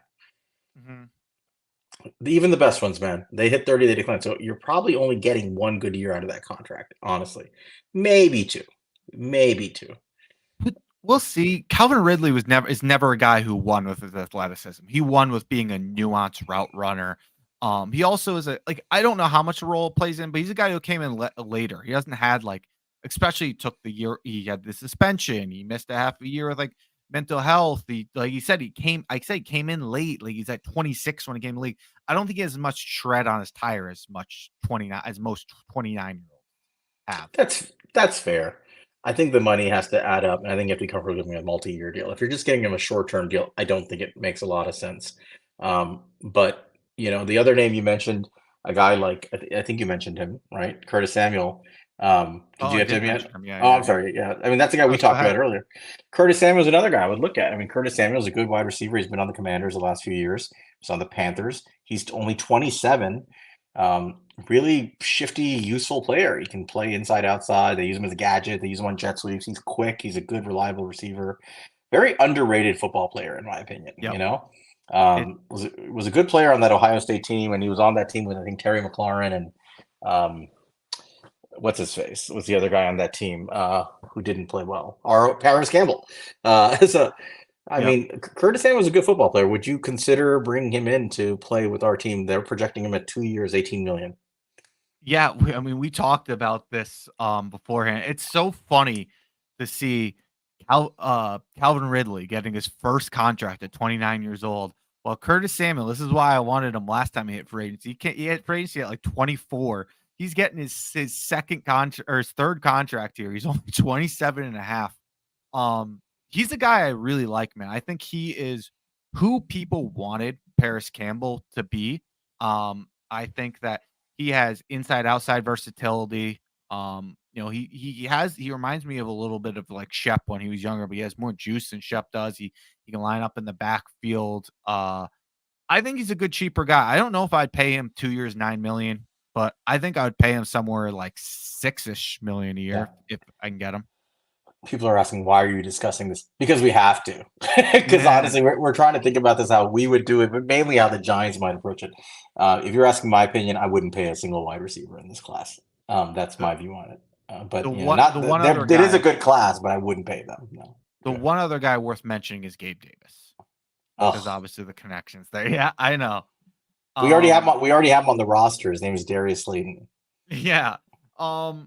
Look, I personally, I think if you can't really find your way to break out as the number 2 for Josh Allen, they've been waiting. I know he's not even 25 yet. 1 year, 12 million. I just don't see how he comes here and becomes a better player when he can't figure it out with Josh Allen. That's kind of where I am with it. Yeah. So this is where I land with all of this discussion. Personally, I'm not paying any of these wide receivers. I think we have our wide receiver room. We're probably going to add someone in this strong wide receiver draft class. Um, I do want to pay for a lineman. We both agree on that. And I want to add an impact defender. I think if I'm spending money, I am doing three things. I am paying Xavier McKinney and bringing him back. At least I'm trying to. I'm paying a guy like Onwenu and Hunt and getting that quality lineman in my room to impact my offensive line, which I think has a domino effect on improving the entire line. And I'm paying an impact defender, a guy like Hunter, who I'm not afraid to pay, a guy like Huff, who I'm not afraid to pay. Um, that's kind of where I land. What about you? What's your final decision? Yeah, I think that's where I stand, and I want people in the chat to chime what they think we should do in this kind of like tier 2 second spend. I think edge is the place to go. It's a solid edge for agency class. It's a humongous need for us. It's not the strongest edge draft class either. It's there might be a guy who falls to the second round, and we'll talk about that. And maybe that's something we can bring up, like if we didn't do that, we could have done this type of discussion. But I think Bryce Huff would be a good grab for this team. Yeah, I think that's where I'm leaning. yeah, So I think so. I think like if you're allocating money, um, rather than all the other people we talked about, I would be comfortable with us saying hand McKinney a 4-year, $56 million deal, hand Bryce Huff, a 3 or 4 year deal worth about 16 million a year, 17 million a year, and hand Onwenu a contract for 4 years, 70 million total. So 17 million a year, 16 million a year. I would make those three deals, be comfortable backloading it. They're all young. They're all about 26 years old. They're good players and they're going to last a long time in the NFL. I'm mm, comfortable pushing their money back and adding three quality players to the roster. Now you have an edge room of Kayvon Thibodeau, Bryce Huff, and Azeez Ojulari. Looks a lot better all of a sudden, right? Looks a lot better than what we've been dealing with. You have an offensive line, left to right of Andrew Thomas. Let's assume when who wins the job. Andrew Thomas at left tackle, Evan Neal at left guard, John Michael Schmitz at center. You got somebody at right guard. We'll see who. And you got Onwenu at right tackle. Um, and you have Xavier McKinney back in your safety room. I mean, are we happy with that at the end of free agency? yeah, look, man. I mean, there's going to be other moves that we have to make that are smaller, but as far as like big moves, that's about as crazy as I want to get. I don't want to get too crazy. Um, I'll say if I was gonna get a little bit crazy, one thing I will say, and like I'm not gonna say this for the sake of like the experiment. That's the move we're gonna stick with. But to the point of just where I was kind of make with the Calvin Ridley, you basically can swap out a Darius Slayton's cap hit for a Calvin Ridley based off the numbers we had for this year by making a signing like that over 3 years. You can basically swap out the hit. So for as far as the how much our cap hit this year goes, theoretically it would work if we went down that route. But the way we went, I think makes sense, and I think we'll stick with that. But If I'm happy with it. I'm fine with that if you're going to swap out Ridley for Slayton. I really am. Yeah, I'm just thinking like that's not my priority. My priority is like the yeah, three things we talked about, right? great. So all right. So this is what we've done for those who have joined recently so far. We have let go of Saquon Barkley. We have let go of Adoree Jackson. We have offered Isaiah Simmons a 1 year, $3 million deal. Take it or leave it kind of thing. Uh, we have signed Michael Onwenu. Let's just use him as the name to a 4 year, $70 million contract. We have and he's going to be our right tackle or our right guard. We're either letting Evan Neal win the job at right tackle or we're shifting him inside to guard if he can't win that. Um, we've signed a pass rusher in Bryce Huff to a let's make it a 4 year deal. 4 years, $65 million, $68 million, something like that. And we're signing, who am I missing? Onwenu and Xavier McKinney, we're re-signing to a long-term deal. Maybe around 14 million a year. for 4 years, something like that. That's where we're ending free agency. Whatever needs are left are left. We can't fix everything, but we've added impact players and we've kept an impact player. Then we got to go to the draft and deal with the rest. So we are an hour and 14 minutes in. I see still 40 something people in the class in the room. You guys want, now that we know where we've spent our money, do you guys want to do a quick mock draft? Let's hear it. Are people going to leave? People want to do a quick mock? Let's hear it. Yay or nay? Or we'll just go to sleep. Yes. Or we can just pull up PFF big board. Yeah, let's do it. All right. So now that because this is, I think, the right way to do business, right? You handle free agency first and you head to the mock draft. So mock draft simulator, we're going to do what we normally do. We don't change the settings. We leave them as is. 7 rounds. Now we know what our needs have been that have been addressed in free agency. And here we go. All right. You ready, Monty? Yep. Giants are drafting 6, and you know the rest. We have 7 picks in 6 rounds. All right, fire it up. Let's see what we got. All right. So, nightmare scenario here as far as the quarterback situation goes, where, none of this Drake May hype was real.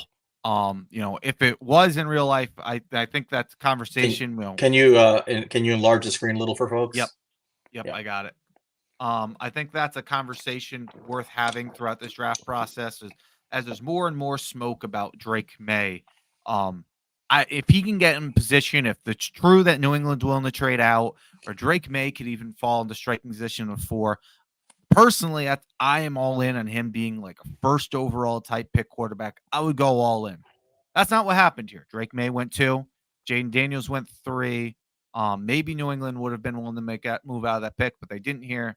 The Bears have been more and more hyped just to stay at 1. So, for this experiment, I guess we're saying that we are not getting one of these top 3 quarterbacks. Who went 4 and 5? 4 and 5 was Marvin Harrison and Malik Neighbors. That's a very realistic first 5 right there.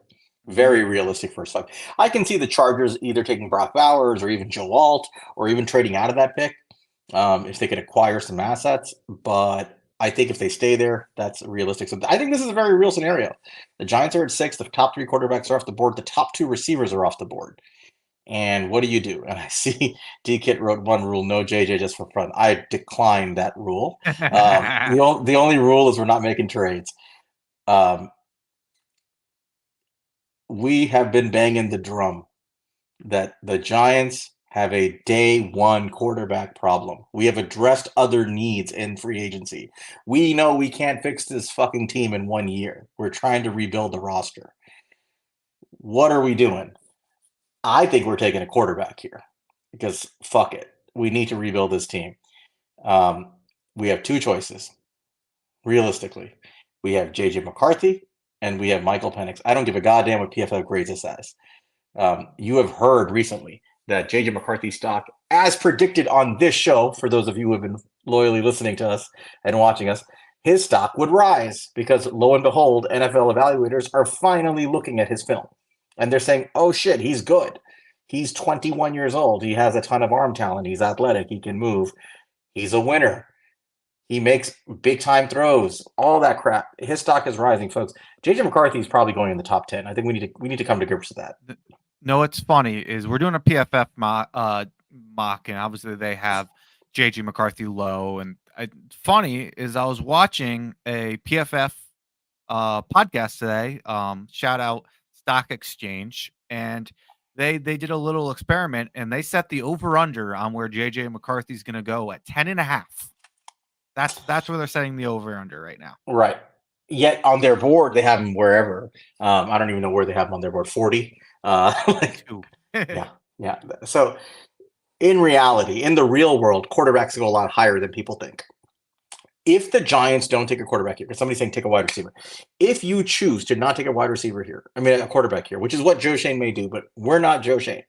I wish Joe Shane had listened to us last year because we wouldn't be in this situation right now. You will probably not get your quarterback. I think people need to realize that.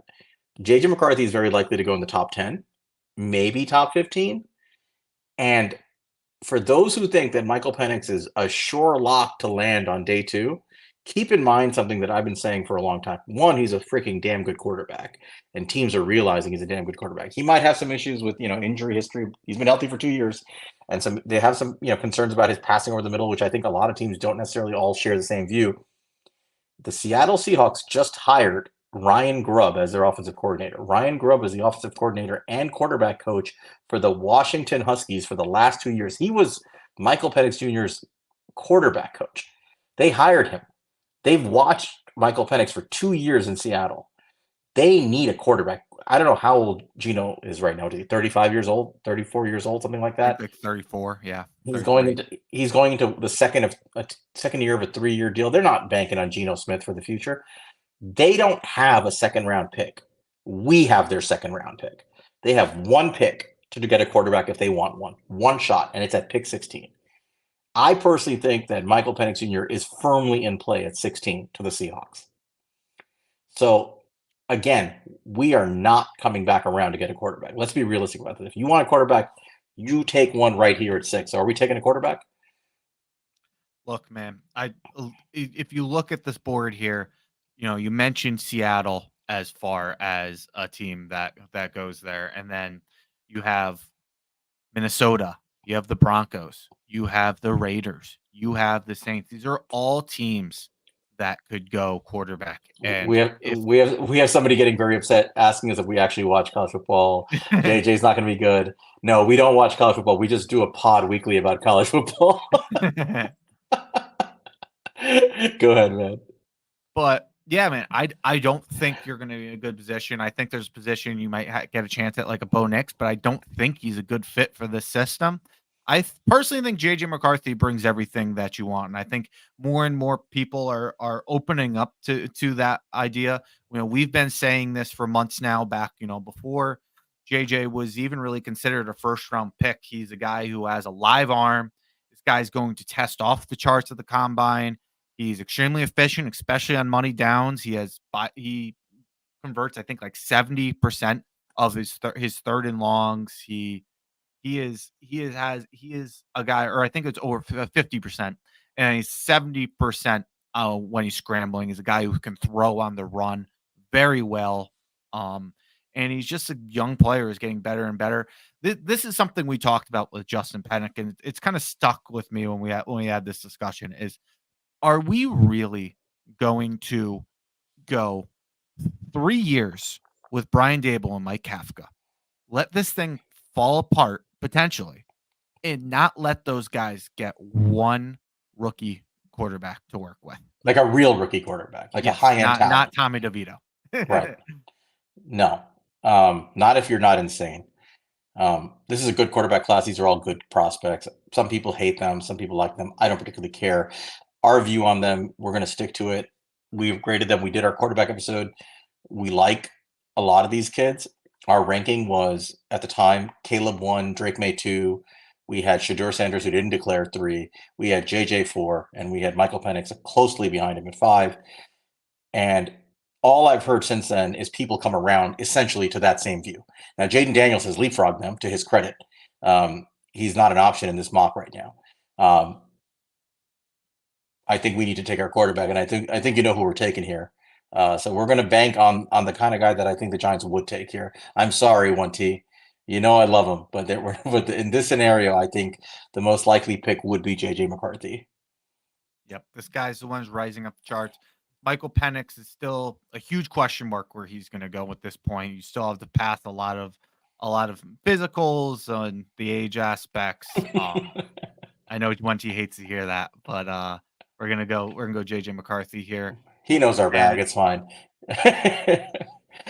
All right. So we're taking McCarthy at 6, and we're moving on. We've got our quarterback, day 1 quarterback, 1 pick. This is what 1T agrees with.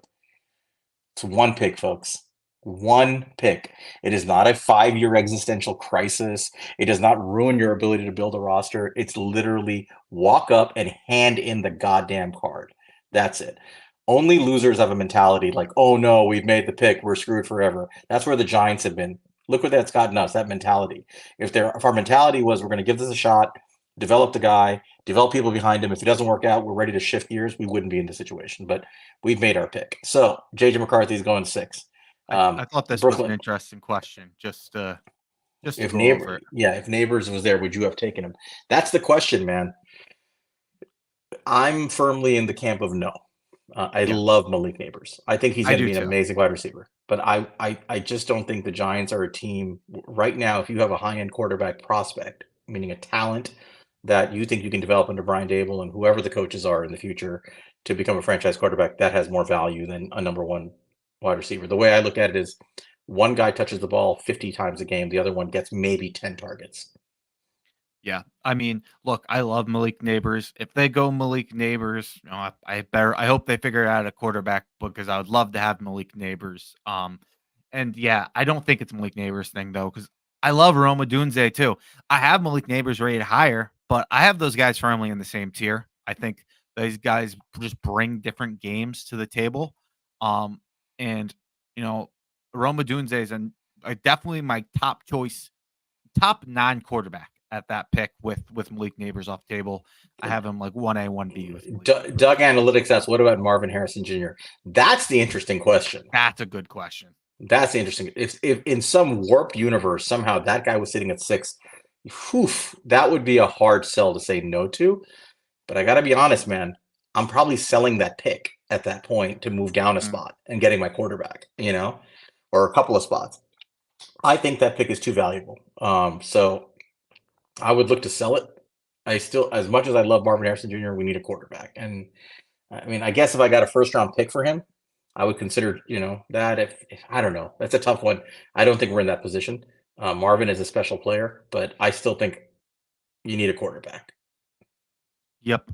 Yeah, man. I this was my old take, and we've been talking how we could see JJ rising, and that seems to be the case, and it seems like he might end up in the top 10 here. My old argument though for Marvin Harrison Jr. is that I value him so highly that I would be fine taking him and trading an extra first next year to come all the way back up for a quarterback because Right. I value Marvin Harrison that highly that if Right. I feel like the quarterback's going to fall a little bit that I want, I'm willing to mortgage to come back up for it just to make sure that I get Marvin Harrison Jr. I don't believe like trading 2 first round picks for like a Malik Neighbors or Roma Dunze as much as I like them.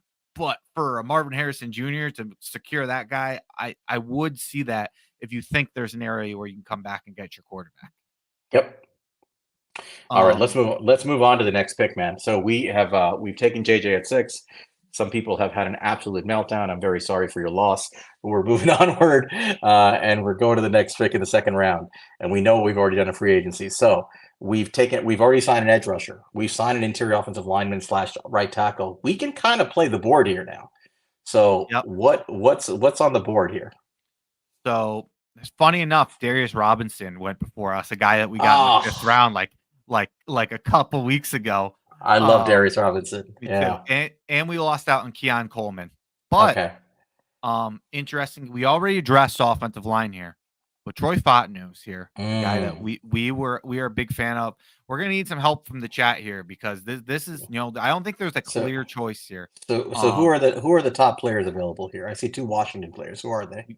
So we got Michael Penix Jr. Obviously already just a quarterback. I don't know if he could be here. I'm not sure. It depends on his injuries. Check out Troy Fontenot, TJ Tampa, AD Mitchell. I don't even know the offensive tackle from Yale. I don't know how to pronounce his name. Chris Jenkins, Tez Walker, Graham Barton, Jermaine Burton, Xavier Legette, Chop Robinson, Tyler Newman. I'm a big fan of. We just paid Xavier McKinney. Yeah, it's true. But but as far as going BPA, Cameron Kitchens, Christian Haynes. I think that's basically the top there. I mean, to me, this comes down to I see Wenty's voting for Chris Jenkins. I'd be tempted by Chris Jenkins here for sure. Mm-hmm. But the 2 players who really tempt me here are Fontenot and TJ Tampa. Like really, to me, TJ Tampa, for those who don't know, big, long and strong outside corner, athletic freak. He's probably going to really test well at the combine. We let go of Adoree Jackson in this simulation. We needed a cornerback too. Deontay Banks and TJ Tampa might be a really fine combination back there, especially if you've already paid Xavier McKinney to hold down the safety room. That is a good combination. I mean, I'm very tempted by that prospect right now. You might be able to get a good cornerback too later, but TJ Tampa has CB1 potential. He's not just a typical cornerback too. He's got CB1 traits. So, I'm tempted by that. I love Fountain now. You guys know we both love Fountain. We just paid Michael and Wenwu in our simulation. Give me Penix and I'll run a two-court. Doug Analytics is completely drunk right now, and I appreciate it. Doug gets it. This is tough. I don't see a wide receiver that I would take at this pick right now. I think there will be Mitchell more. is interesting to me. Pull up the wide receivers, see how many there are. There's still a lot left, man. There are probably something like 17 wide receivers who have top 50 grades in this class. So we have another pick. We have another pick coming up. Yeah, I mean, Xavier Worthy is a guy that we could still go. His teammate Polk, we could still go. Leggett, then Tez Walker. I'm not as big a fan as you are. A lot of Roman options. Wilson's been raising up. We got a lot of options here, man. But there's only one. There's only one. Is like a size speed freak. We have a lot of wide receiver options though. We have one big time tackle and one big time corner. Let's hear let's bring it down to Fountain now in Tampa. What do you say? And let our viewers decide, guys. Vote for Fountain now or Tampa. Give us your vote, and we'll go with what you want. Yeah, because we definitely need help with this one. I'm torn here. Let's see what you guys come up with. I see a vote for Tampa. Fountain now, Tampa. So Tampa. I see 4 votes for Tampa. 1 for Fountain now. 5 for Tampa. All right, fair. I agree with that. 5 Fountain. All right. It looks like Tampa is the consensus winner of the people who are voting. I would agree. I think Tampa makes a lot of sense here. You need another cornerback in this room, a young cornerback to pair with Deontay Banks. Remember I don't know if this guy's going to be our DC for long, but even if he isn't, the modern NFL is all about having flexible, athletic DBs, having them really be able to move around and help show different looks to quarterbacks and confuse them. I think TJ Tampa is an asset here. I think, I think that's a good pick here. Yeah, and some of the players I would have really been targeting here already kind of went off the board, but I think TJ Tampa is still a solid pick. DK said we failed again. I'm sorry, DK. Once Fountain out. I love Fountain out. It would have hurt me not to take Fountain out here. Oh, but we do. All right, so what's up now? Who's up on our next pick, which is just 8 picks later? All right, AD Mitchell's still here. Xavier Leggett and Chop Robinson, who was a guy I wanted to fight more for, but he's a little bit further back in the board. So I wanted. We already obviously spent edge, so it's not as much of an emphasis. Jalen Polk and Tyler Newbin, Cameron Kitchens, Christian Haynes. We still want to go offensive line. He's a very good guard. I want to hear from the chat, but what are your thoughts, Sal? AD Mitchell, and who are the other receivers still here? Xavier Leggett and Jalen Polk. Yeah. We need a receiver. So I believe in I've said this before. I believe in the basketball theory of wide receivers. You want a big guy who you can stick as the X on the outside. You want your route runners. You want your slot guys. You want your speed guys. I think we have speed well covered with Hyatt, Slayton. We have the slot well covered right now with a guy like Wan'Dale Robinson, who's becoming one of the better route runners already.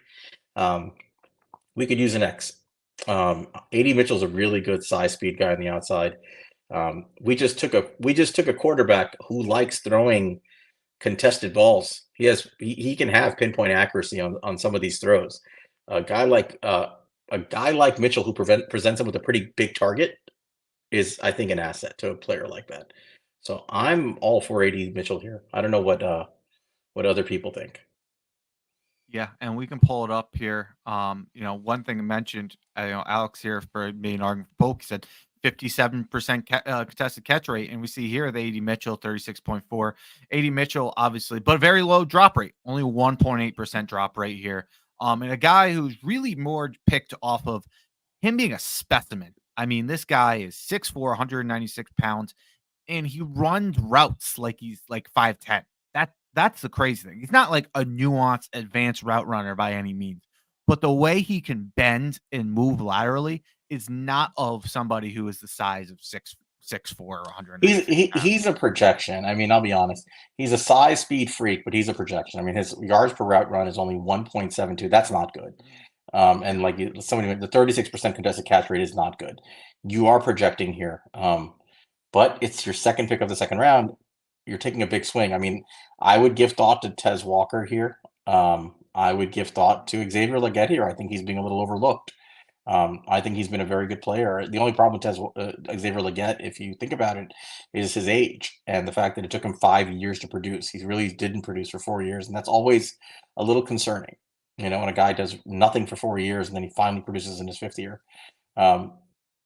Jalen Polk's a good player. I think he can be on that outside also. He's another guy who's like 6'2", 6'3", 200 pounds and can play the outside receiver. He's a very, very solid receiver in Washington. Nothing special. But I think you're swinging for the fences here, aren't you? Yeah, I agree. You're trying to get like a home run hit here. Yeah, and I think one thing to bring up here, why I definitely think we should go wide receivers. We went TJ Tampa with that first pick. We went quarterback in the first round, and we've yet to build around him with our next pick. We went quarterback. To me, it feels like we have to take a pick that builds around our young quarterback. Well, let me give you another name to think about. We should think because his name is rising. Roman Wilson. Roman Wilson was a target of J.J. McCarthy in Michigan. Okay, Roman Wilson is 6 feet tall, 192 pounds. He's not an X receiver. He's more of like a slot. Maybe he can line up on the outside also, but he's I think more productive out of the slot for the most part. Yeah. Really, really fantastic athlete. He blew up the Senior Bowl. He's not going to go at the back half of the second round anymore. This guy is getting first round, late first round, early second round evaluations right now from the NFL. So this might be the range he's in, right in the 40s. Would you consider Roman Wilson? One thing worth mentioning, he actually ended up, he's 6 foot was what we thought, but he came in 5'10" at the Oh, that's right. So, yeah. So a little bit smaller than trying to hope to project him outside. I like Roman Wilson a lot. I just think the wide receiver class is too deep here. He reminds like I said, he reminds me a little bit of kind of just like a souped up Shep. He reminds me a lot of Shep, a guy who can play inside and outside, but he's much more explosive than Shep was. I think he'd be a good player here, but like you said, I think I want to build a basketball team here. I think I want to swing for the fences. Seems like we've had a lot of support in the chat for AD Mitchell. So do you want to go that way? I agree. I see a lot of people supporting the Mitchell pick. I think it's a good pick. I think you're swinging for the fences here.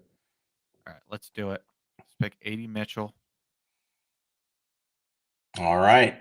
So far, we have J.J. McCarthy in the first round, and our second round picks were T.J. Tampa and AD Mitchell.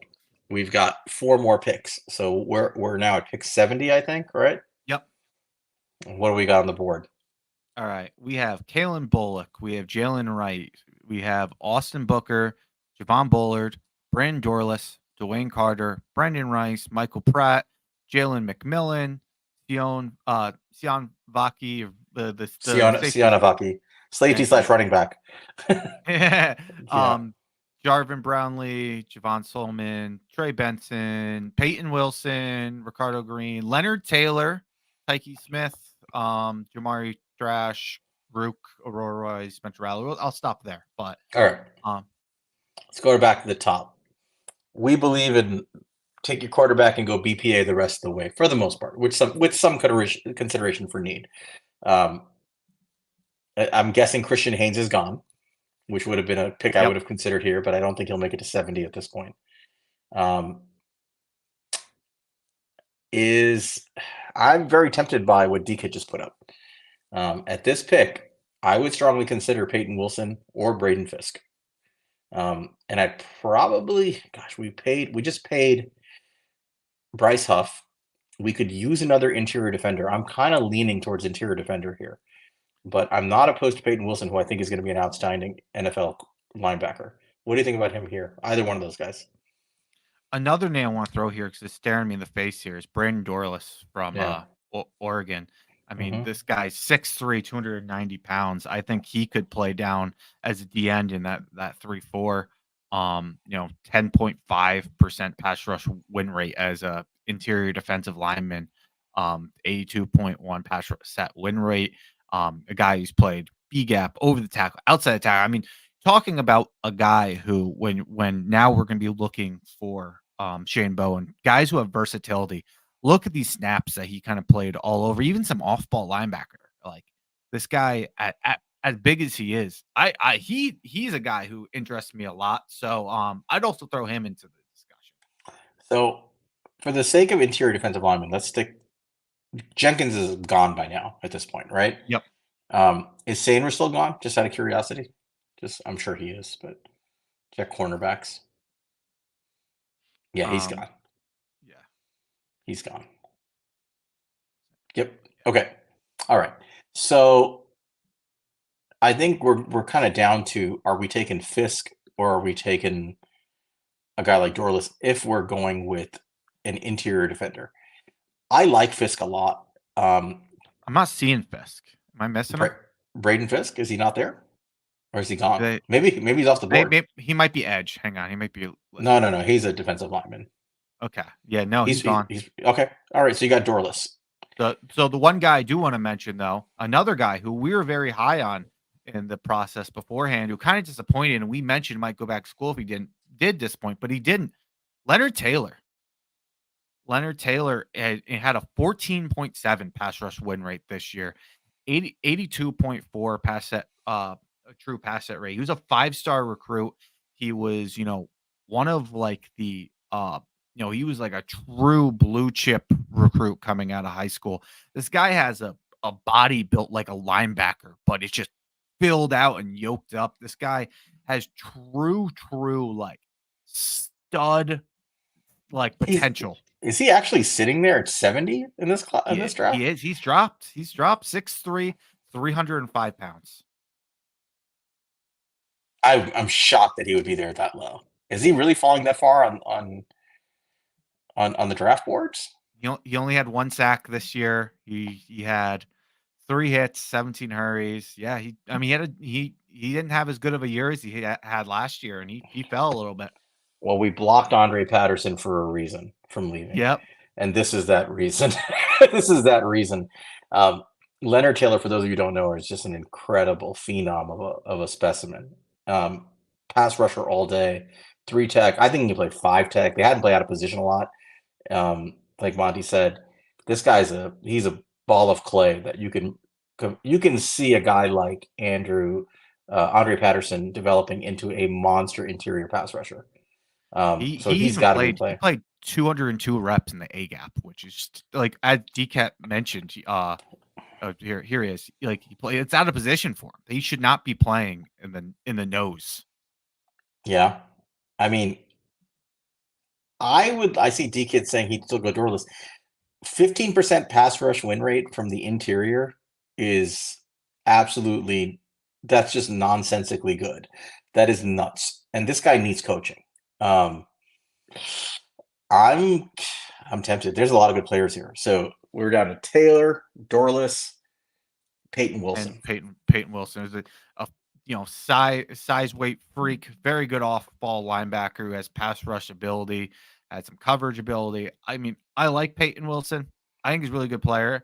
We went him last time. I personally, I think we should go between. I don't know if anybody else in the chat disagrees, but I think we should put up a vote between Dorless and Leonard Taylor. That's where I'm sitting here. Let's do that. Let's come down to Dorless and Taylor. All right, you guys go ahead and vote.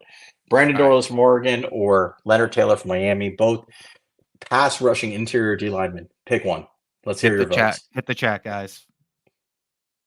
See who's going to get 11.5 sacks in the scheme for us. And keep in mind, this scheme depends on all of the front 4 guys getting to the quarterback on their own. They do not blitz. I got 2 Dorless, 3 Dorless, 4 Dorless, 1 Taylor. I got Scott, you voted already. 4 5 for So 5-1. 5-2. It looks like. Yeah, it looks like. That's gonna be hard to come back from. Yep, Yeah, 6. All right, we're good. Brandon Dorless wins. Let's take Brandon Dorless, interior pass rusher, interior defensive line. Really solid pick here. All right. So let's quickly recap. Free agency, we kept McKinney.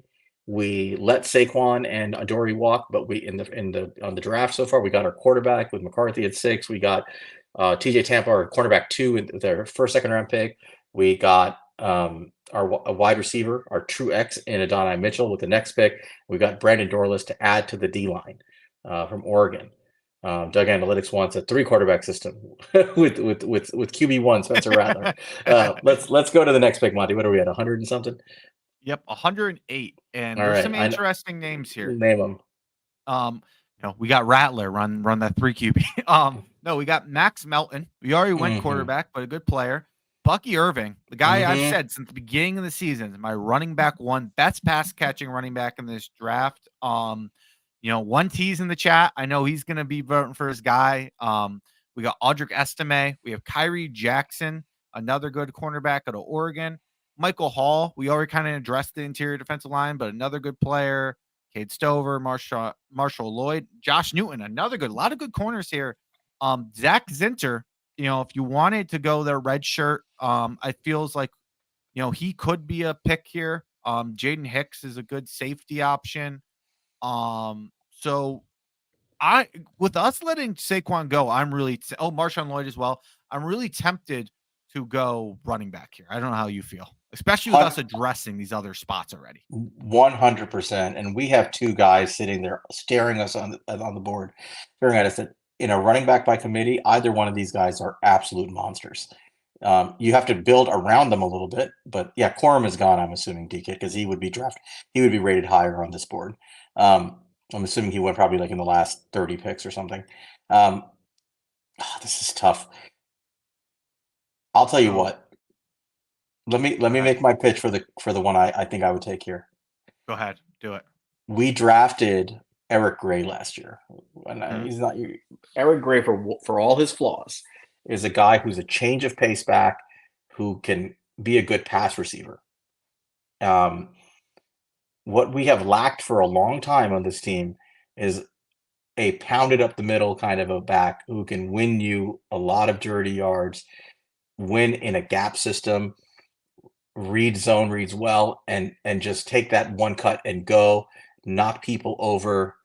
We are badly missing that back right now. And Audric Estime is that perfect back for that system. So I'm trying to envision a room where you have Audric Estime as your RB1, you have a guy like Eric Gray as your RB2, and then you can plug and play whatever RB3 you want. You can have a veteran that you sign, a guy like Zach Moss, for like a couple of $1 million and bring him in the room. You can have even guys like Jashawn Corbin, give him a chance, right? Or you draft another guy or sign a UDFA. But I'm liking the combination here of Eric Gray and Audric Estime. So I'm going to make a vote for Audric Estime on this. And DK should estimate a bruiser. You want Bradshaw or you want Jacobs? Something I'll make to your point, though, and I very much agree with all you say. I'd be very happy here with Estime. Estime is a stud. He's a local kid. Be all here for it. I know 1T is going to be hammering the table for Estime. When you kind of look at that scheme, I see Eric Gray more as that like Derek Ward. He's the kind of guy who can do a little bit of both. He's somebody who's more. He's not the bruiser. He's not the quick pass catcher. It's a guy who can do a little bit of both of those things. I don't think he necessarily fills either of those roles perfectly. He's kind of in the middle. I'll make my case for Bucky Irving here. Again, I knew you would. That's why I did Estime. Yeah, which is I appreciate. I'm glad you did, because somebody had to make a case, because I think they're both great picks here.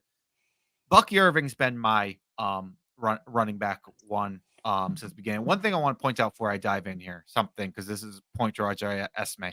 Look at that, 4.27 yards after contact and 64 missed tackles forced. That's some crazy numbers. So it's very important. And you look at Bucky Irving, and 69 missed tackles forced more, but less yards after contact per attempt. But both very high for both of them. Both are very, very impressively. Yeah, but they're both around 4 yards after contact. That's elite for both of them. Insane. And I'll say there has 61 targets. 61 targets for Bucky Irving. Bucky Irving repeatedly lined up outside wide, not in the slot, but wide as a wide receiver. There was nobody in college football who had over 100 rushing attempts who had 60 targets. He had the most in college football. He is a tackle breaking machine. He is athletic as all hell. I saw a comp for him the other day, which I kind of liked. Is so somebody comped him to Aaron Jones, and I kind of like that comp for him. I think he is a guy who does a little bit of everything for you. I think when you look at the Giants and what they've looked for in the past, there's a lot of rumors that they were connected to a guy like James Cook. I think he's a better version of what that was with James Cook. Yeah, I agree. I think he is the ideal modern day running back. Get him with I'm blanking on the name, but the Saints running back coach we brought in who worked with Alvin Kamara. That's a good point. Get him with Bucky Irving and let him do work. I want Bucky Irving, but I'll be happy with Audric Estimé. All right. So we both made our case with both. Do you happy with either? Let's let the chat vote. Audric Estimé or Bucky Irving. Go ahead, guys. All right. We'll start with Viewmaster here and we'll work down. 1, Bucky. D-Kid, that's not a vote. I have 2 for Bucky. All right, that's 3 for Bucky.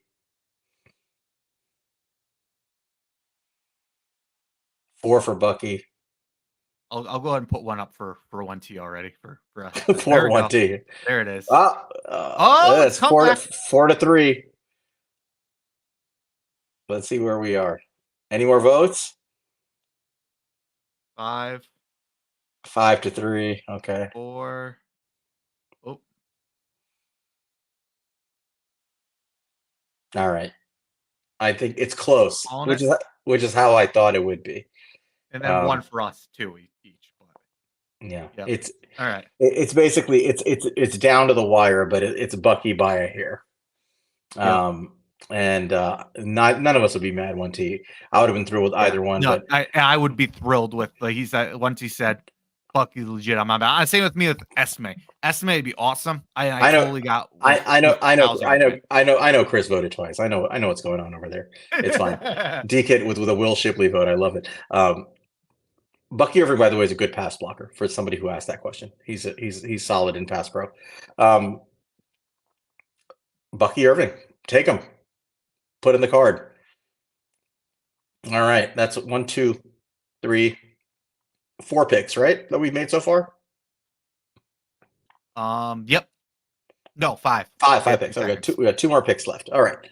I'm all about BPA. Where are we now? All right, we are here in the 5th round, pick 140.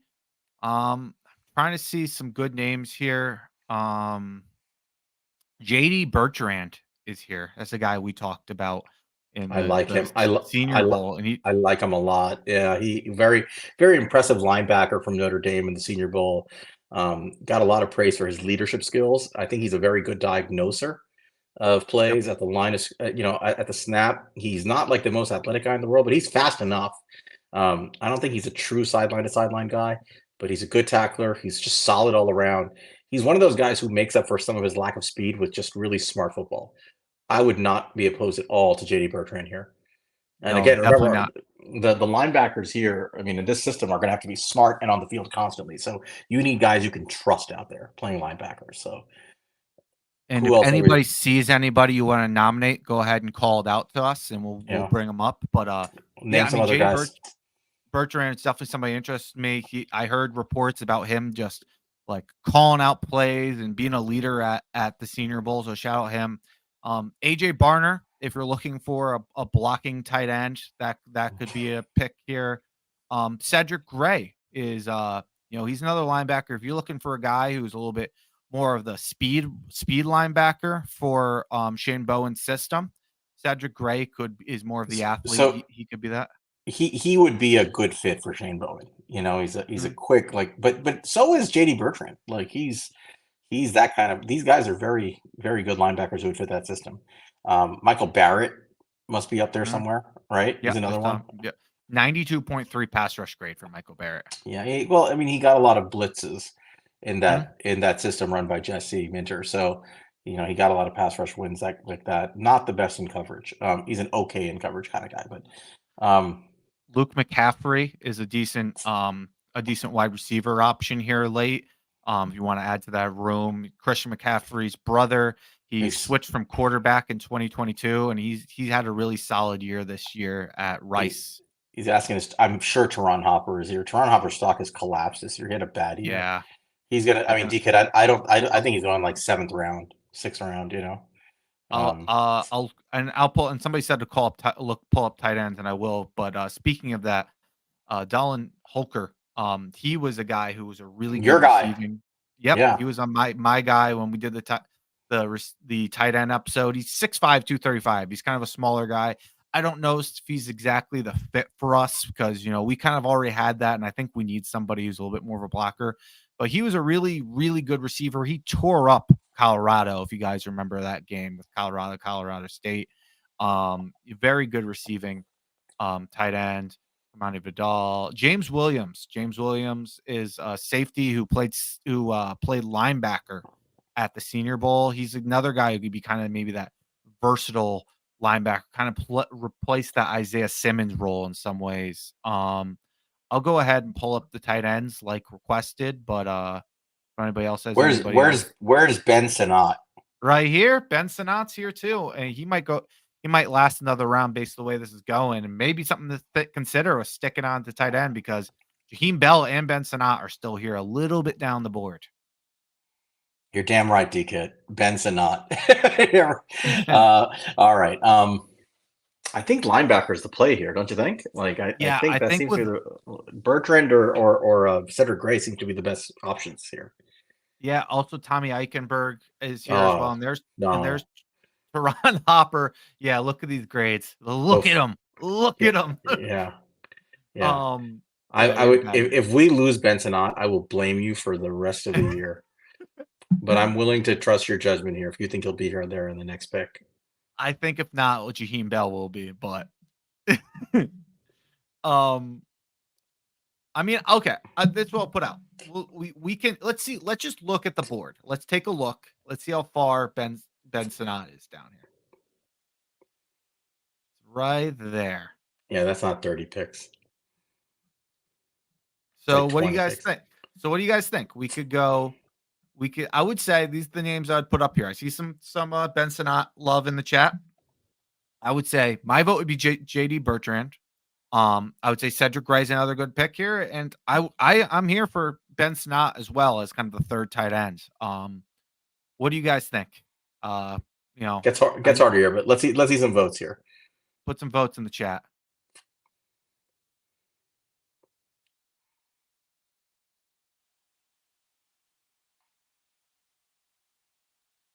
Not. Oh. Sinnott. Bertrand.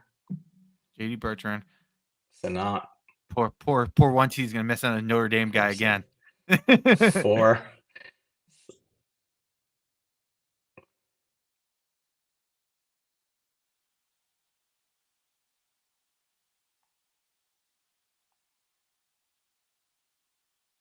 Or 2. Okay. No, we're not taking Liafo. Absolutely not. No way. We're taking Bertrand if we're going to go down that road. All right. If I'm going to pull up Sinnott, see if we'll get any more votes in the meantime. Before we do this, and I'm the biggest Ben Sinnott fan there is. Well, let's just talk about Ben Sinnott real quick. Ben Sinnott is one of my favorite guys of this whole class because he's a 0-star recruit, and I love these guys. Great story. Went to Iowa like all good tight ends do. Followed his coach back to Kansas State. He is the kind of tight end that I think. Just think about the quarterback we just picked, the line we're developing. It's a guy who can line up as an H back, can line up in line as a Y tight end.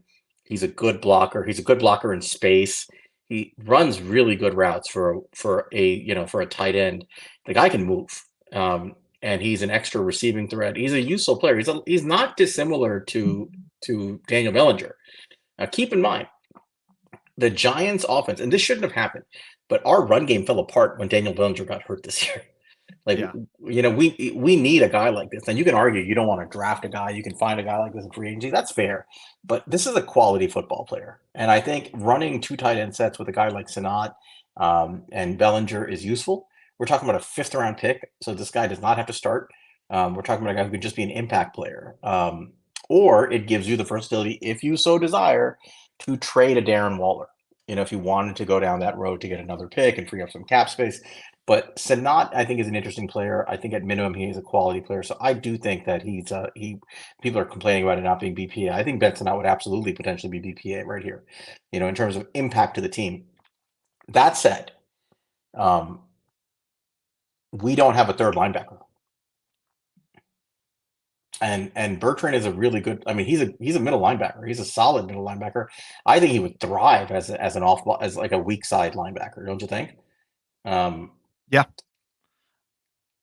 I'll say this though. I'll make an argument because I started to get swayed here. This is something that popped in my head for Ben Sanat.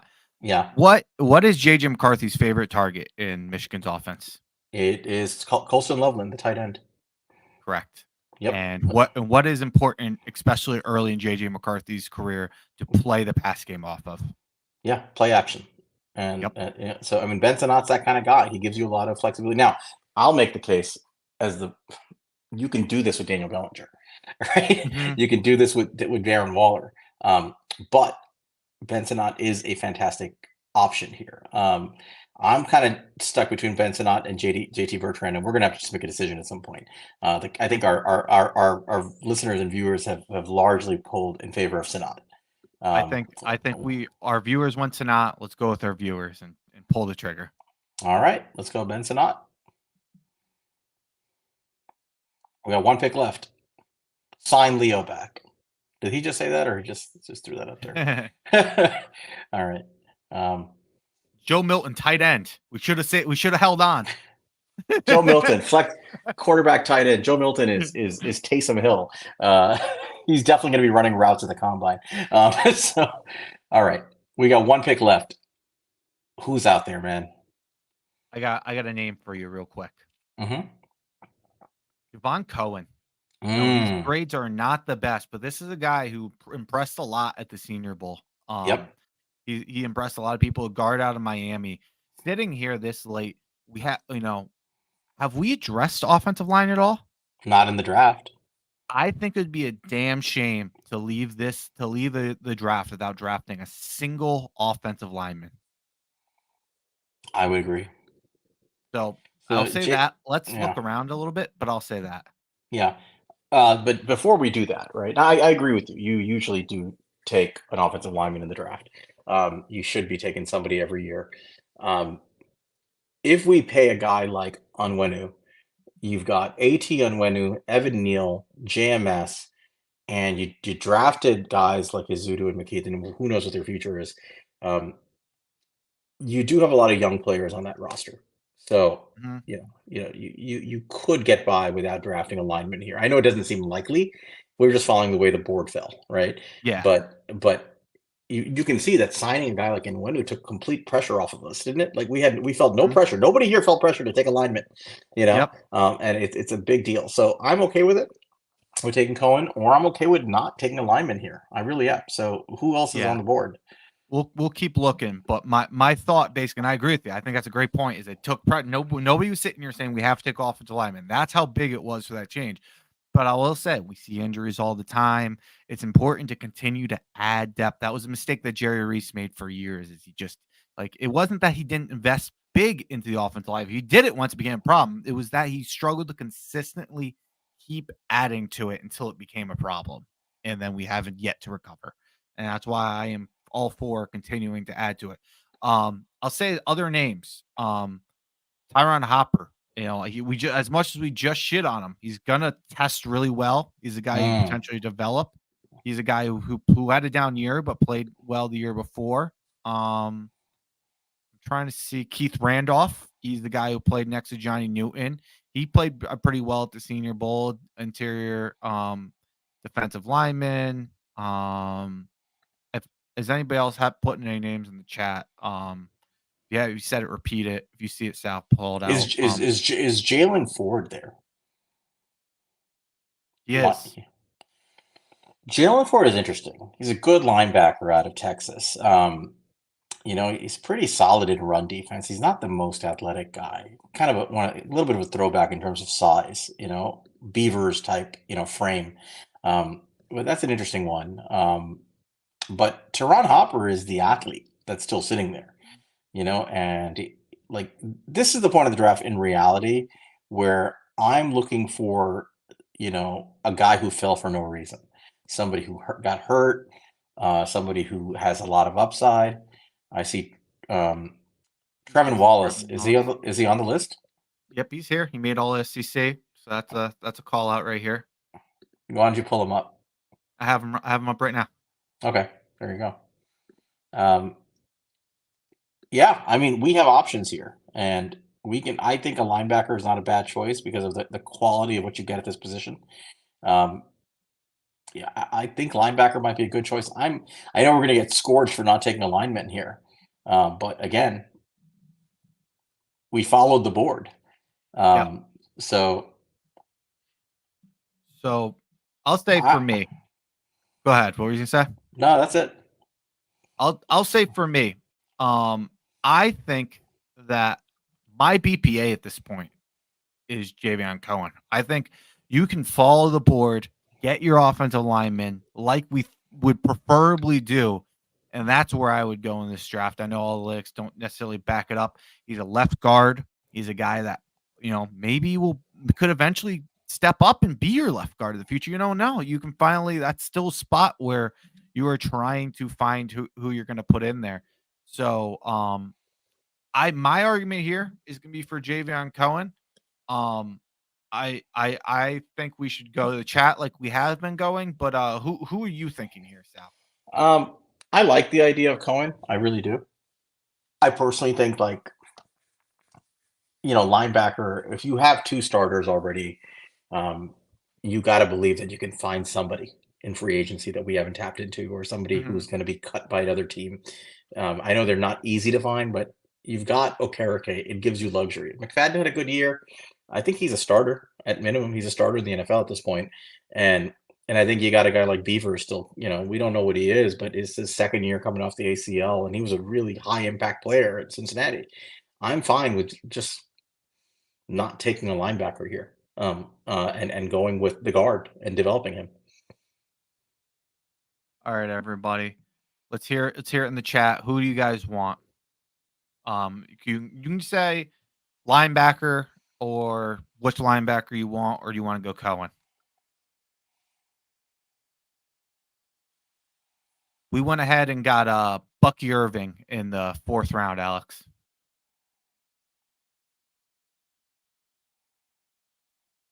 All right, we have two for Cohen.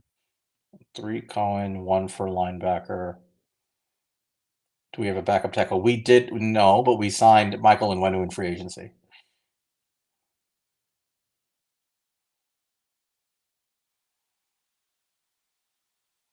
Any more votes? Plus, me and you went Cohen. We didn't counteract herself this time. That's a good point, Alex. Special teams value. That's a fair point. D-Kid says, I don't see Cohen as an upgrade to Azudu. That might be true. Might not be. See. But might not be. You don't know. He performed well in the Senior Bowl for what it's worth. Yep. Definitely some people have him higher ranked than we're at this point. Right now, looks like we have 1, 2, 3 O-line votes, 2 votes for linebacker. I don't see any more votes coming in. Let's pull the trigger on Cohen then. Wins by 1, and me and you agree. So pull the trigger. All right. And that's it, guys. All right. So let's look at our draft class. Foiled again. We can argue about it in a space later, D-Kid. It's fine. All right. The damn thing is taking forever to load. Here we go. We're probably got an F. That's fine. We got a B. All right. Yeah. That will change. All right. So let's recap our full off season so far. Okay. So this is what we did for those who joined late. This is what we did in the off season. This is our fix the fucking Giants already. We let Saquon Barkley go. We let Adoree Jackson go. We signed Xavier McKinney to a 4-year, $56 million deal. We signed Bryce Huff to a 4-year, $65 million deal. Yeah, 65. 4-year, $65 million deal to be our second edge rusher, opposite Kayvon Thibodeau. We signed Michael Onwenu to a 4-year, $70 million deal to be our, or it could even be less than that. But what we're saying, he's probably going to get around $17 million a year. So let's say 4-year, $68 million a year, $68 million total. Onwenu to be our right tackle / right guard, depending on who wins the job between him and Evan Neal. We considered wide receiver in free agency, but we didn't pull the trigger there, not yet at least. And then we went to the draft with the players we had, and this is who we drafted. We drafted our quarterback in the first round because that was how the board fell, and we took J.J. McCarthy as the top quarterback left.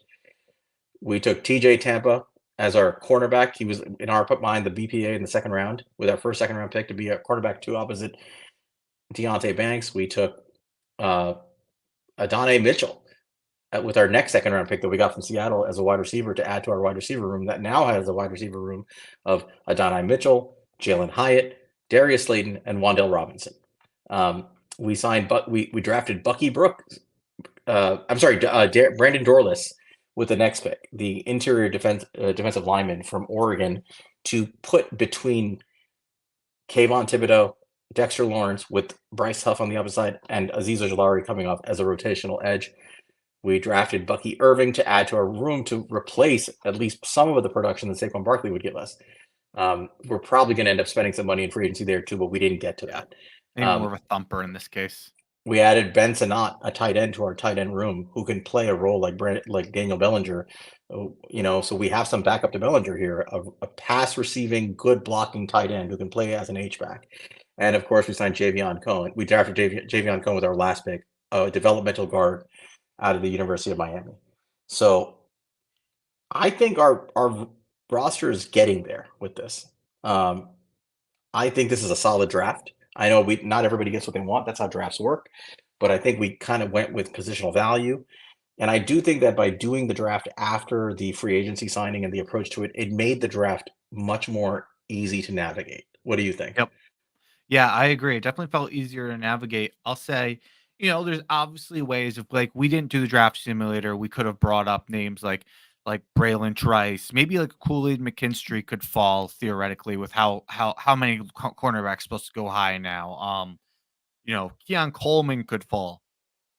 There's names like that ideally you'd want, but I'm pretty happy with getting TJ Tampa and Adonai Mitchell. Those are two very good solid players. Then on the other side of it, Alex brought up, he would prefer Drake May. Look, I'm his, Sure. Sal and I are both as big of JJ McCarthy fans as anyone out there. We would both take Drake May. Yeah, we would both take Drake May before JJ if he was there. We're just assuming he's not going to be there. Yep, and I think in a non-simulator thing where it doesn't go this way, and we can just work off some of these rumors that are going out Drake May that he might fall a little bit. If he gets in the striking distance, that's the ideal fix a Giant scenario for me. Go get Drake May, pair him up with Brian Dable, and I think that would be an incredible thing for Giants fans to watch. But I'm a big fan of JJ McCarthy, and I don't think this is the reach that people were making it out to be not too long ago. I know it clearly isn't. Yeah, it clearly isn't. The news is coming out day after day. The stories are flooding social media that NFL evaluators, NFL scouts are way higher on JJ McCarthy than prior mock drafts were that kind of guided what people thought. This kid is very talented. He has a lot of projectable upside. You can argue if you don't like him. That's fine. I understand that. But his value is what it is, and it's going to be a top 10 to 15 player. So if you're going to take a quarterback, he's absolutely in play. Yep. And look, I'll say like they gave us an F here, but I promise you that will change just PFF just from listening to the guys who make these big boards. Is literally like I said before I was watching episode today. They set the over under on JJ McCarthy's pick to 10.5. Things have shifted dramatically over the last month or here as evaluators have started to get to the tape because they didn't think JJ was coming out. And to me, there's a reason why JJ came out. He got advised to come out by this committee because the NFL is higher on this kid than some of the media thought he was initially. He's a projectable player. And look, if we were sitting here with Joe Judge, I might not be as confident about taking a guy like JJ McCarthy. But like we talked about, I think it would be a damn shame not to give Brian Dable and Mike Kafka a projectable young quarterback to work with and see what they can do. See if they can develop. And guess what? No, it's worst case scenario. We're wrong. They're wrong. We take JJ McCarthy and he's not the guy. Guess what? They're fired in a couple years and the new guys can come take their guy because that's how it works, man. You keep taking shots and try to find your quarterback. We want him to be their guy, but it's about a 50% chance you're gonna hit a guy in the first round. That's where it sits at right now. Even lower chance to hit a grand slam. So, but I'm happy with how it worked out. Yeah, and we really appreciate you guys have been sticking around the whole couple hours. It's been a long episode. We weren't sure we were going to do the mock, but Monte and I talked about doing it if we could get through the free agency stuff with enough time and enough interest still going. So we appreciate you guys sticking through this because I think it's a fun exercise. Go through your own players, decide who you want to keep, who you don't want to keep, pare down your salary cap with some restructures, see what money you've got. Once you've decided you've got enough money, hit the free agency market, hit some needs. We're big believers in hit quality, not quantity, and then just go directly to the draft, knowing that you've already filled some needs and also understanding Rome wasn't built in a day. We're not going to fix this in 1 year. But if you get your quarterback and you get some really key core pieces added to this team that are going to be here for years, like Onwenu, like Bryce Huff, like TJ Tampa, and Adonai Mitchell, you're in a good position. Then you just start adding BPA. If there's any regret I have in this entire exercise, it's two things we didn't mention. One, we probably would have spent some money on a free agent running back before coming in. We just kind of ran out of time in the free agency, episode, part of the episode. I think we would have both preferred a guy like Singletary or Zach Moss, for a couple $1 million to add to the room, or a guy like J.K. Dobbins, power rusher. AJ Dillon, if he's cheap enough, like plenty of guys out there. And the only other thing I regret, maybe in retrospect in the draft, I'm thinking about it, is I have the same regret D-Kid had, which is having Troy Fount now sitting there and not pulling the trigger. It might haunt me for years, because I feel like I can find a cornerback in this class that would be good. There were some good ones later on, like Kyrie Jackson and others who would have been there. Josh Newton from TCU was sitting there in the 5th. Yeah. So D-Kid, I'm kind of with you on that. I was hesitating, but we went with the votes, But I think you could do a lot worse than having TJ Tampa and Deontay Banks with Xavier McKinney and whoever else you roll out safety. That's a freaking fine secondary. And now all of a sudden, you got to still fix your nickel, but you made Cordell Flott. You could have taken Mikey, I know, but if we had gone that road, I would have probably taken Mikey to be our nickel and move Cordell Flott to the outside and say, well, we can't fix cornerback 2 this year. Let's see if Cordell Flott can win the job. And if he sucks, who cares? We'll get someone else next year, or get someone in free agency.